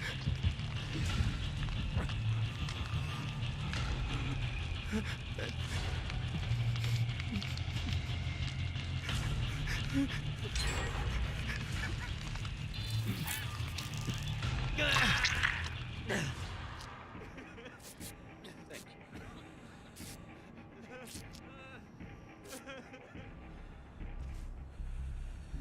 Oh, that was fast. Thanks, buddy.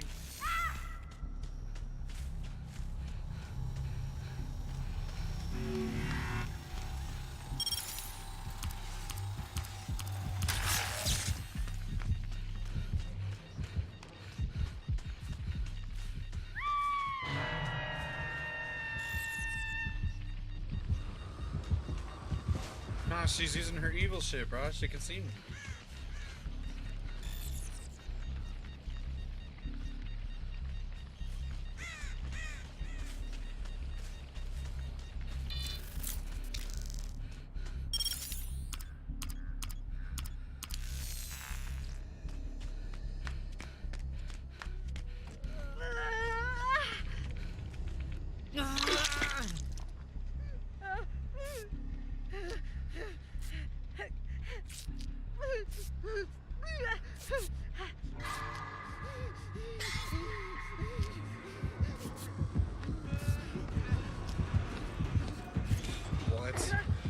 What? What did I just watch?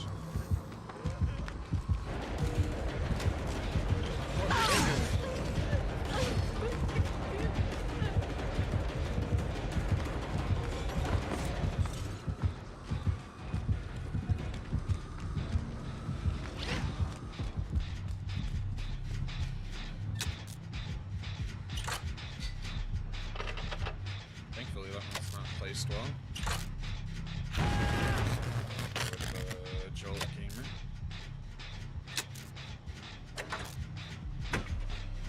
Yeah, and so if you disable a thing, you get trapped.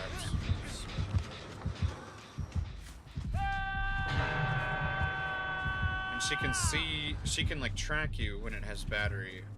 But if it runs out of battery, you can remove it, and she can't see if it's out of battery. But if you go back into range of one of those things, she can see that you were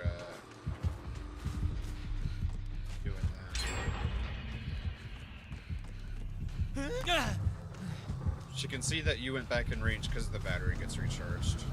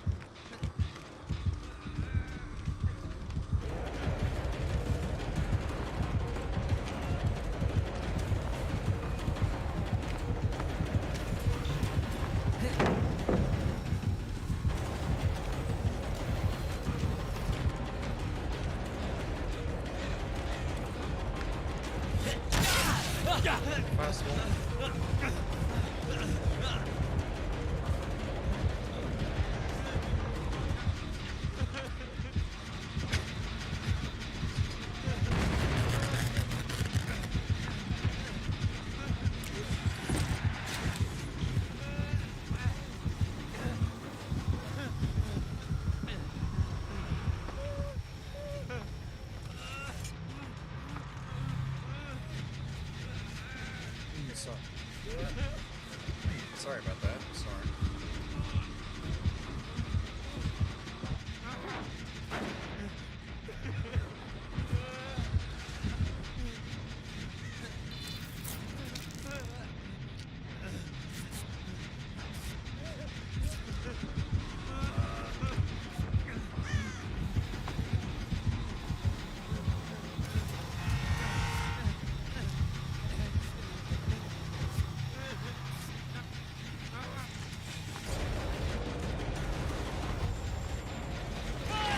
That's what I was worried about. I thought we were both about to be exposed.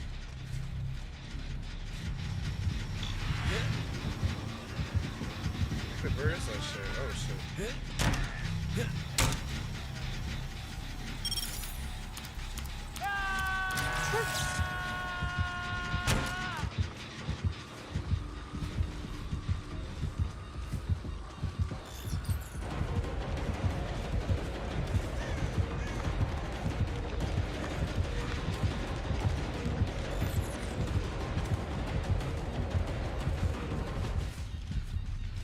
Didn't expect me to do that, or the gen is more important, I guess.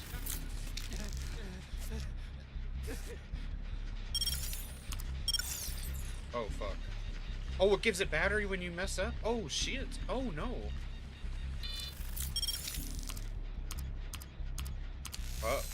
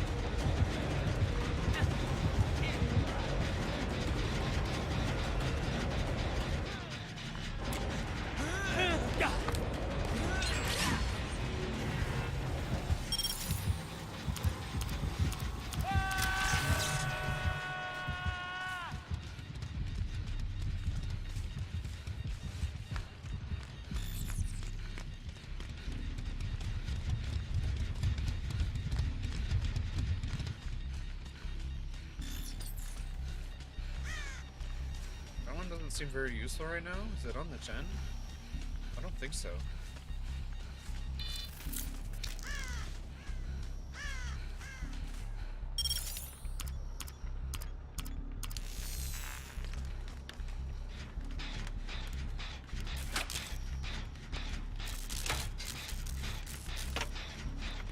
Yeah, man.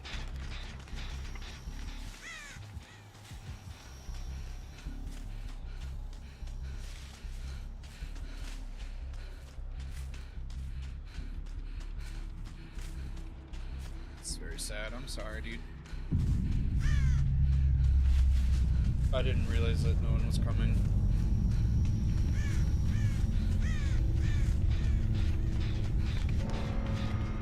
I get that he was probably there.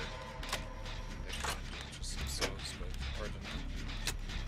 I'm just doing this just in case he can't get that one down or he gets stopped again. Because it looks like he's done chasing her.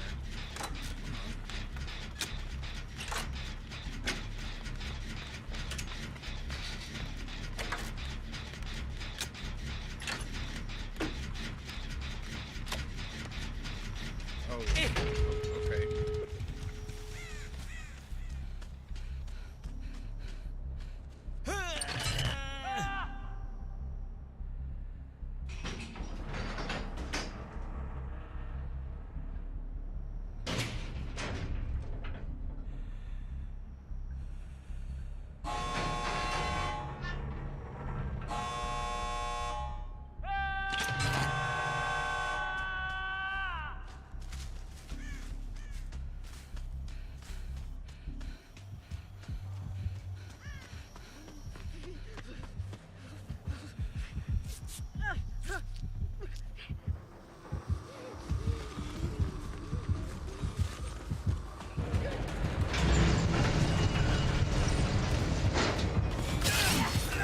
Hey, there's no reason for that. I don't know how long I'm exposed for. I think it was like 20 seconds. It seemed about like 25, 30 seconds.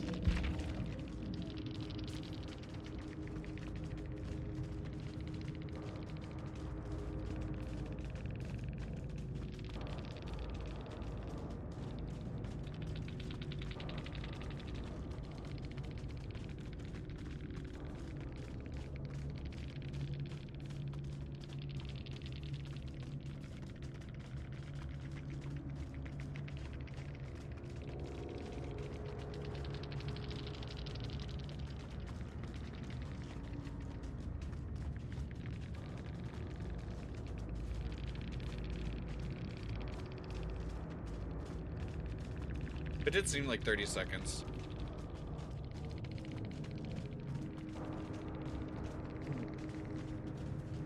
Here we see some normal people and a child.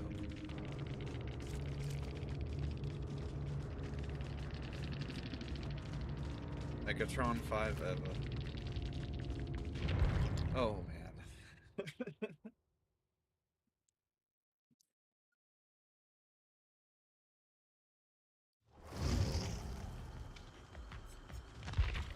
I really want to try this perk. I want to see it happen. But it seems...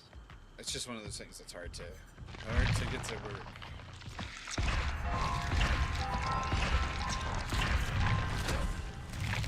So I say we try the other girl, and I want to try it, at least try the other perk, because it's a lot more tryable.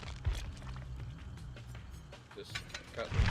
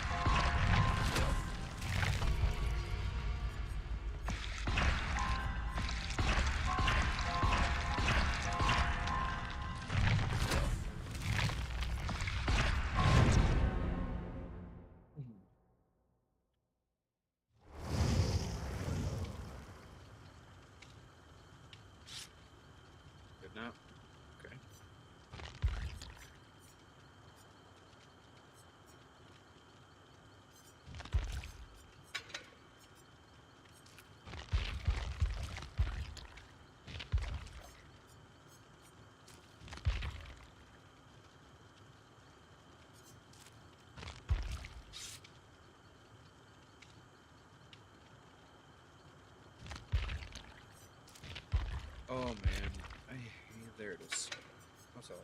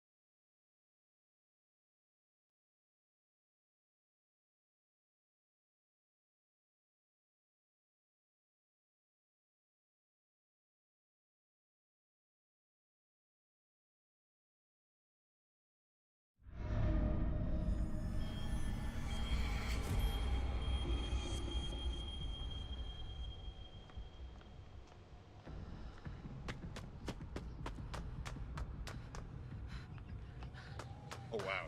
Super easy moonwalk. What the fuck?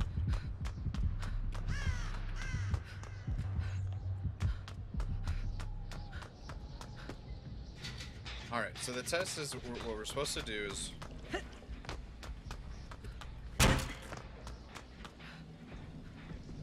I don't know what the spark does then. I'm confused now.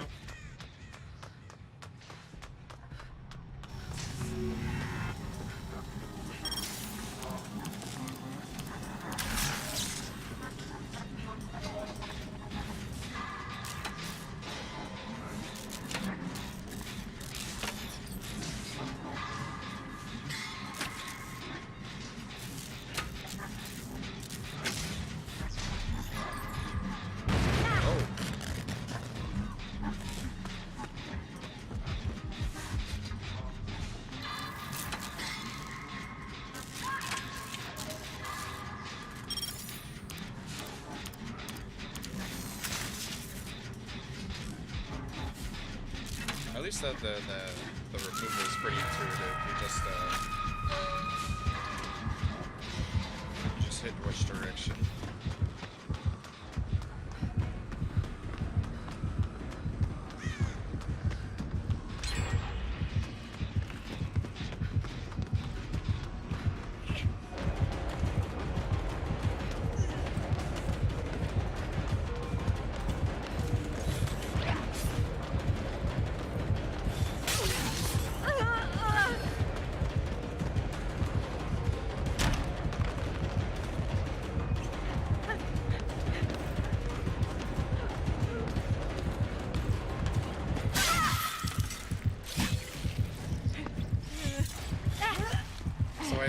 I did get the double, like, invisible volt, which was interesting. It did seem to throw up a slight amount. Obviously, it's not super struggling to do it on, but I just wanted to try it.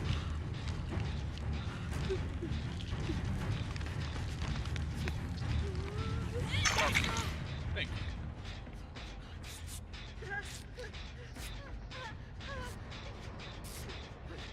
I was doing middle check.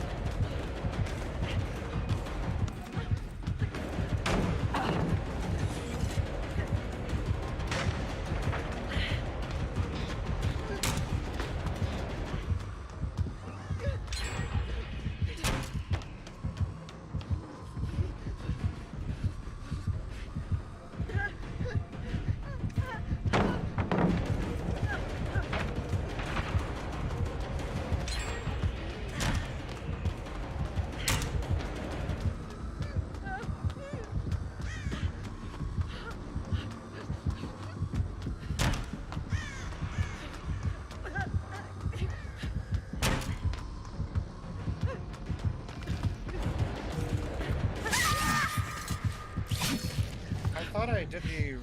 It's so hard to understand what I need to do to activate the perk. I thought I did the right thing by having the successful fastball in that other room to make this one silent, but it didn't seem to activate. I don't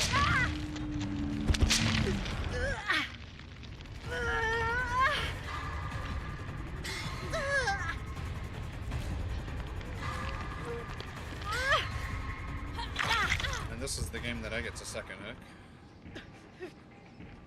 Is she here? Yeah, she's here.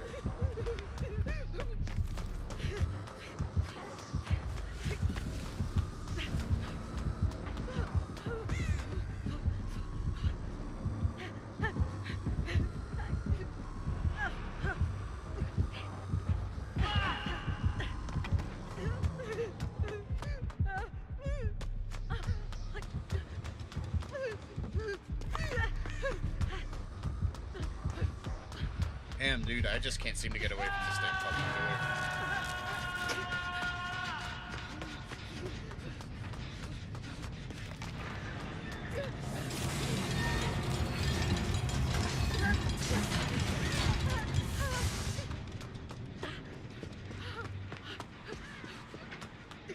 Guess that's correct.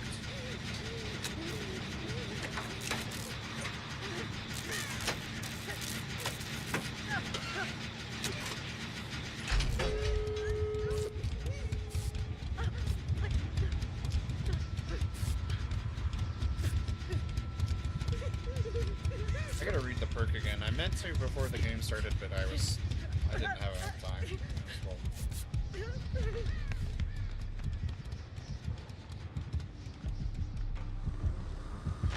oh man. Poor guy. Just not a hurt hollow.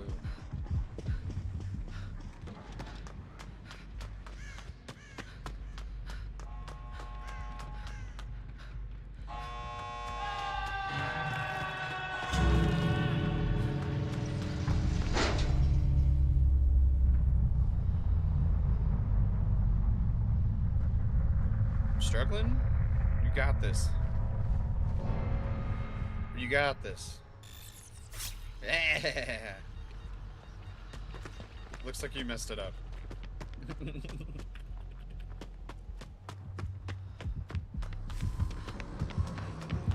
Wait, where's Claude?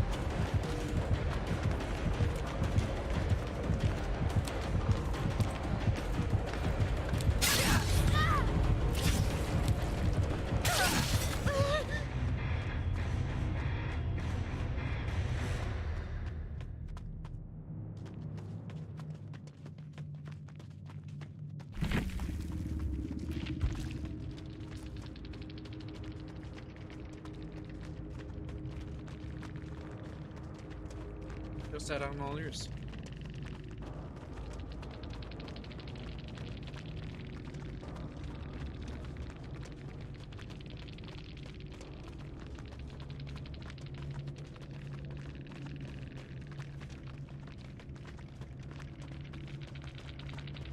Seems like the consensus this seems to be the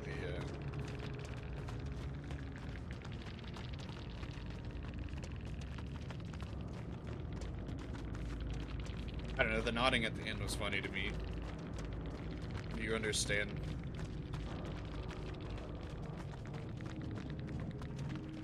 That, we're getting out? I don't think that's toxic at all. I feel like that's what I do quite often when I know they did well. Why not?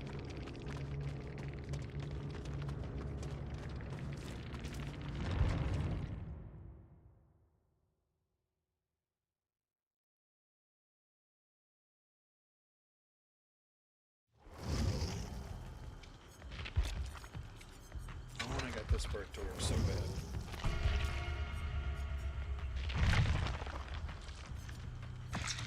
Oh yeah, let's skip over the perks just one last time, for anyone new that joined. The new guy's perks, his perks are Blood Rush. This is a perk that allows you to injure yourself to regain your exhaustion perk, and it will automatically heal you after the 20 seconds is back up after you injure yourself. So if you It's essentially like a little bit of a gamble. You're able to injure yourself to last longer in chase if you think you can actually last that long. It sounds super fun to play with, but it only works if you're on deck hook, so it's not like you can just keep abusing it throughout the game. You have to like kind of be tunneled, um, and then hopefully it's a little bit of a gamble that works out for you, because you kind of have to be like tunneled, and then you have to be healthy to get this to work. So there's a lot that going on here.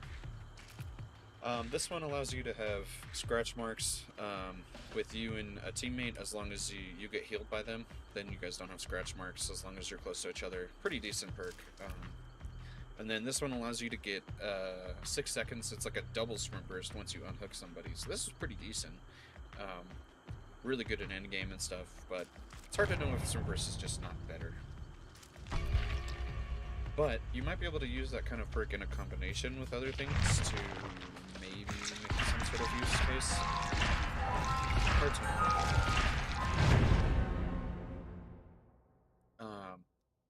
And we'll go over her perks against. Hey, conecta! Renato! Oh, they're talking to each other.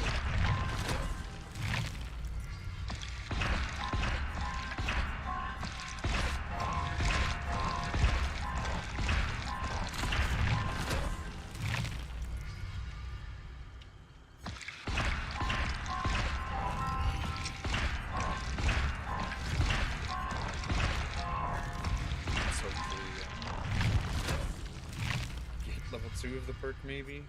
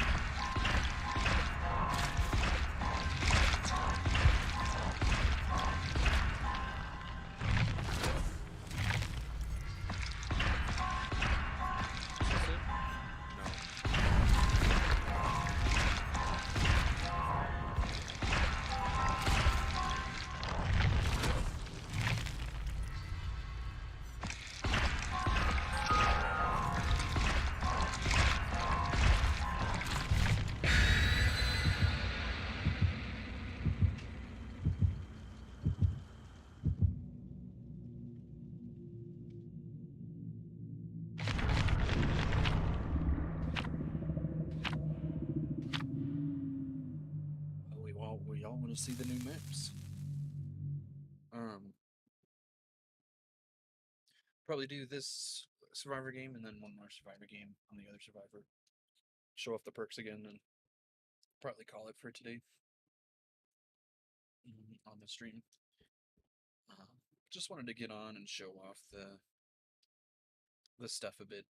I'm gonna have to watch some videos on the killer to have a little bit more of an understanding of what to do with their power, because it kind of just seems like it's kind of like a hag trap that you just kind of set around and hope it exposes somebody, but you also need to be near it if it does expose somebody. So this is it's a very confusing power, but at the same time, you set it up at a loop that you know is going to be used, then it can be useful. Still only got level 1 of the perk. Gosh, those mannequins are scary.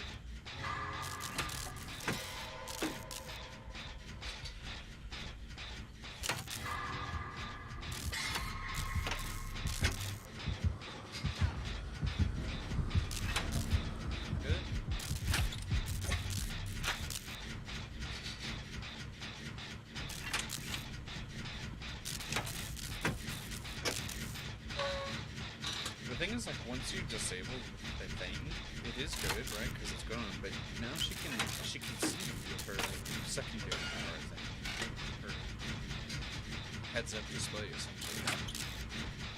She's got like the halo on it. People who have the battery.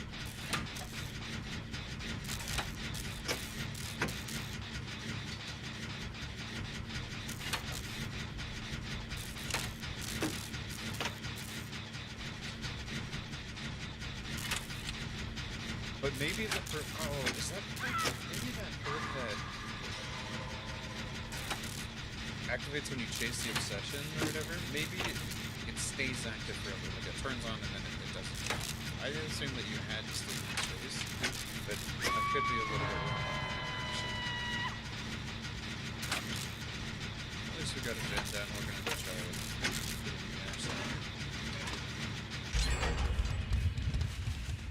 It's usually my strat with a build up like this. Trying to do a gen for my team if I can, and then I'm just gonna shove myself to the killer for the rest of the game, if possible.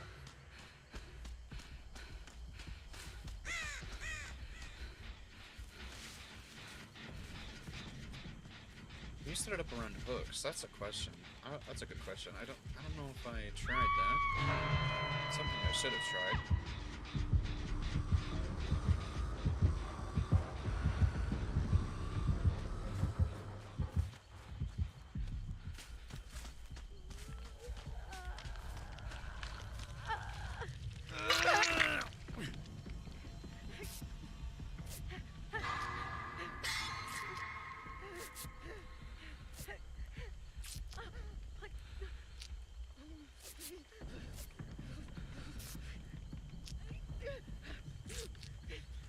Nice. 99 sprint burst as well.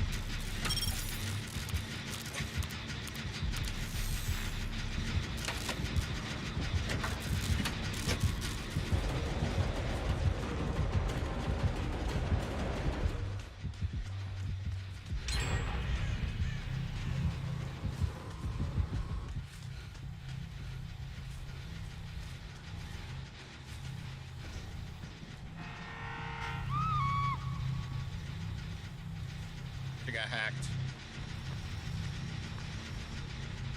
Oh no, she's hacked too.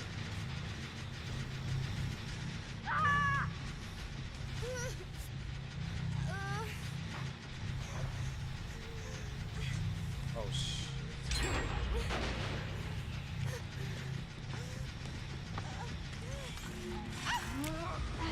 No. Oh well, we're trying.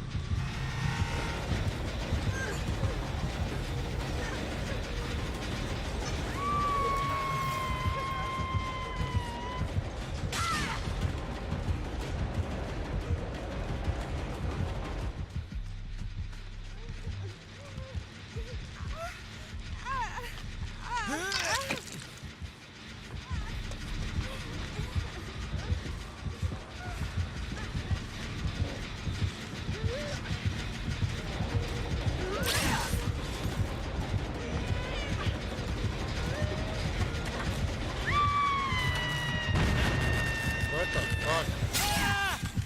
Oh, okay, sure.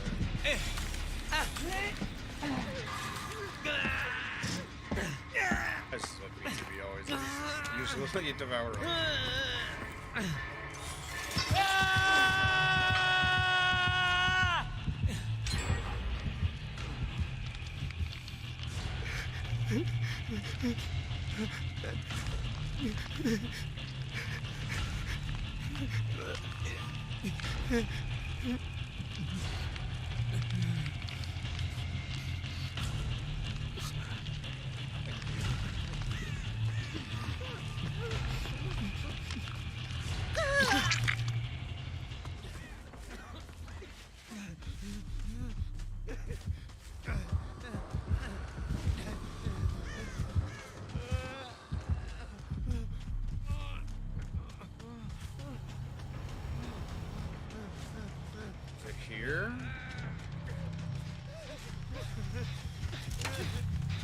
I don't think so. Bro, we gotta look for Devour, bro. I don't know why she's surviving.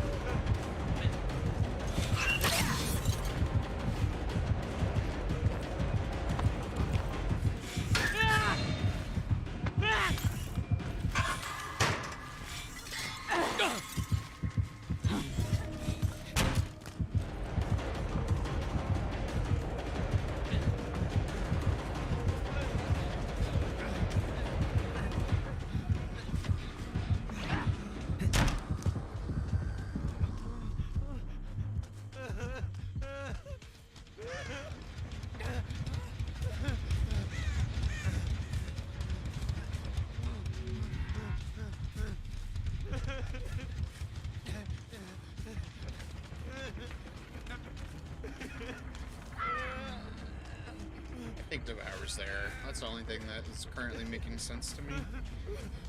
That's why that drone's there. She keeps being there. Didn't mean to click that.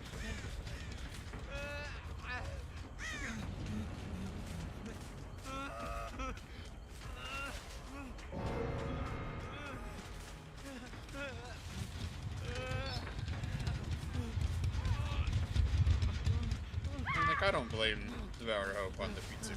It's because you get A, a really good perk, and B, you get to see the Mori.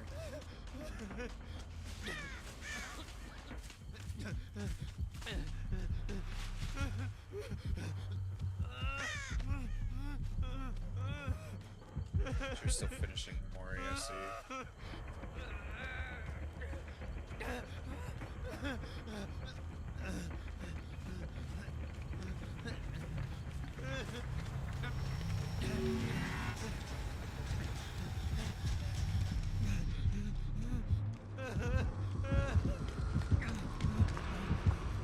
Thought it was up here. Doesn't seem.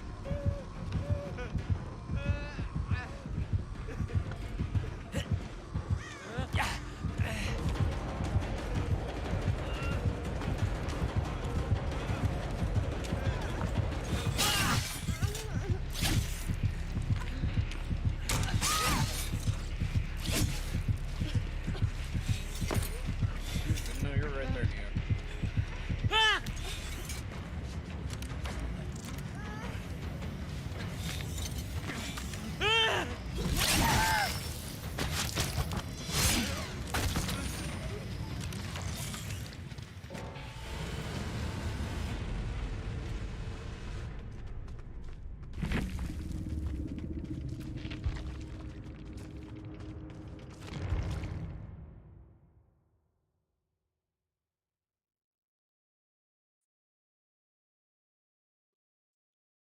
Alright, one more on the other survivor.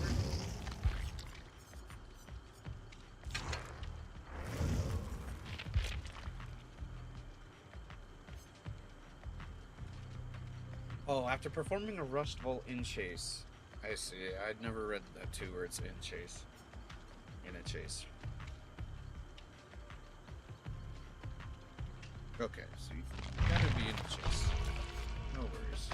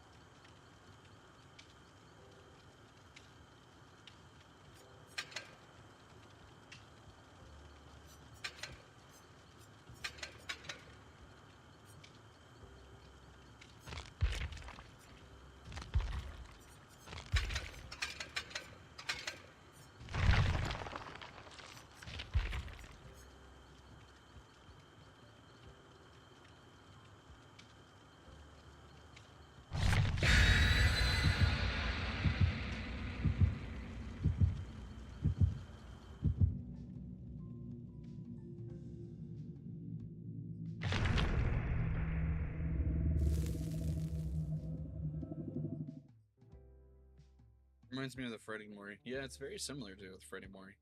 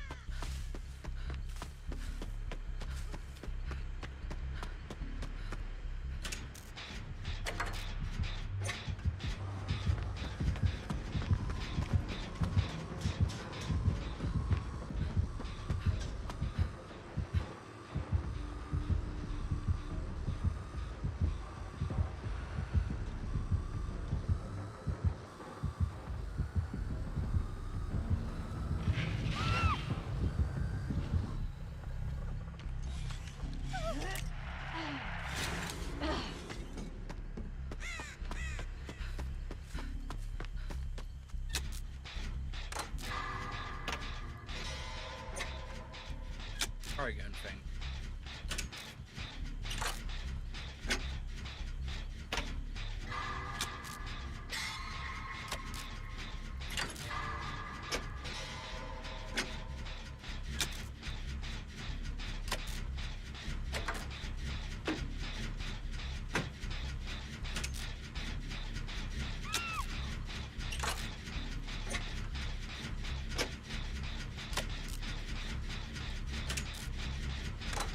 Oh, that flash I'm seeing is the drone. I was confused for a sec.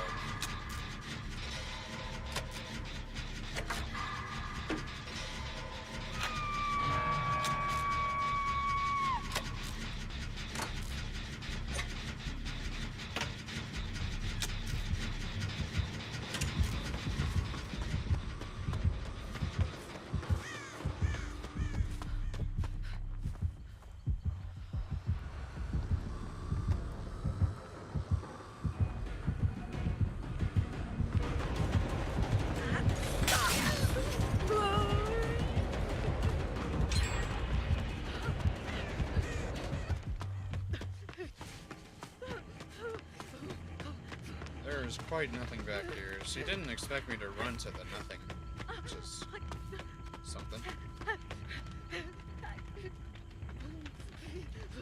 She looks like this. She's trying to track me.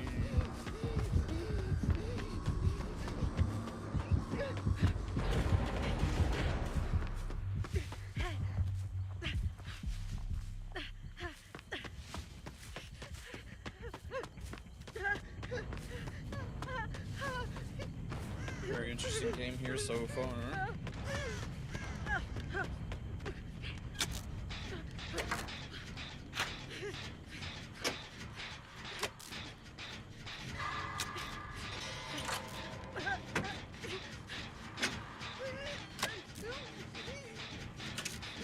Start getting chased over and over, I guess.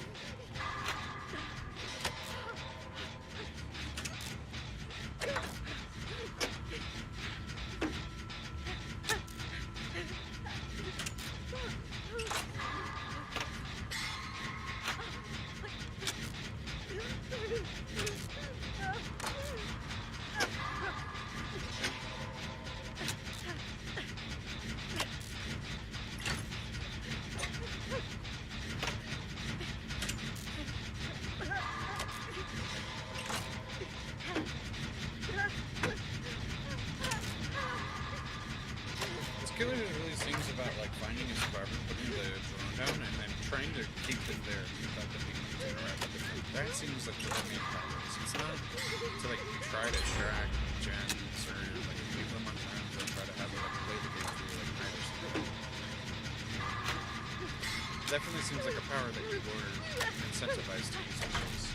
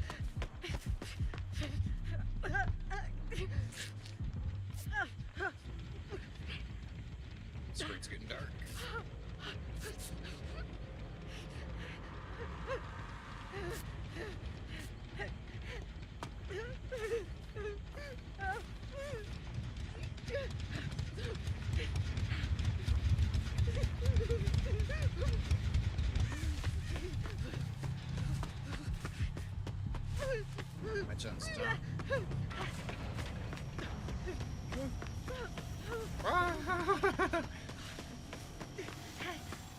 Let's fucking go.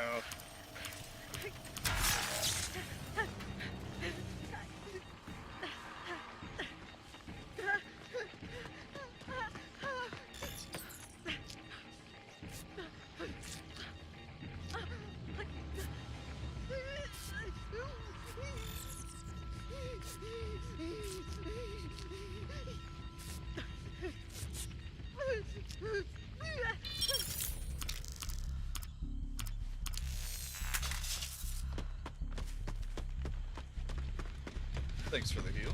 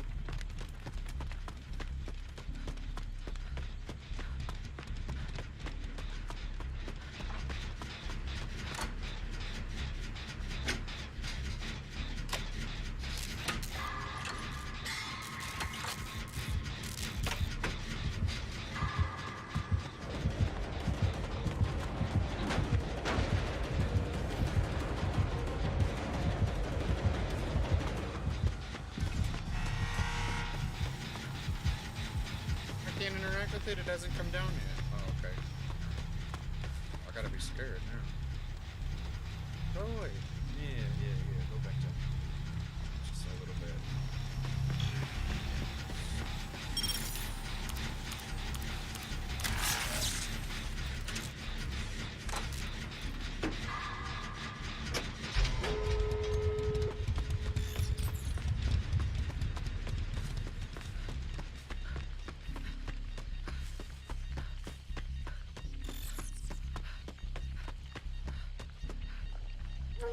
Looks like I got to use the full perk once, but I didn't really get to choose with it, unfortunately.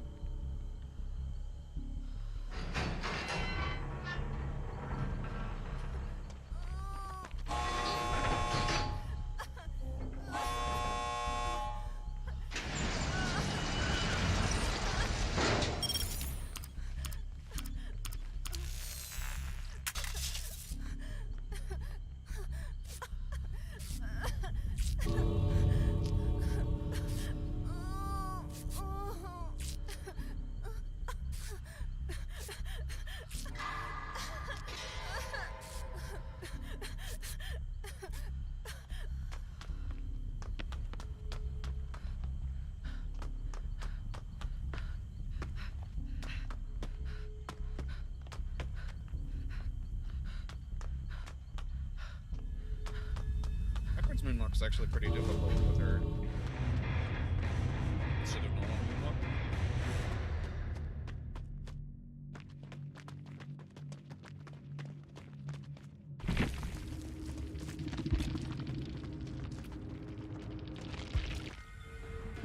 Oh man, come on, there ain't no reason for this.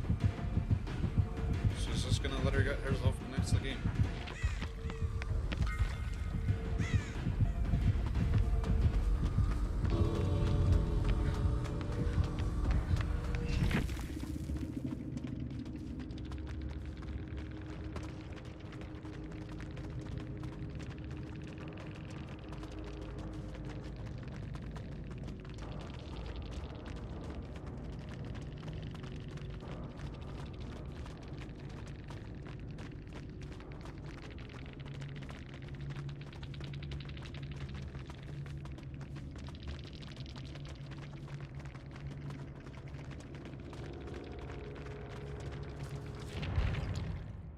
Well,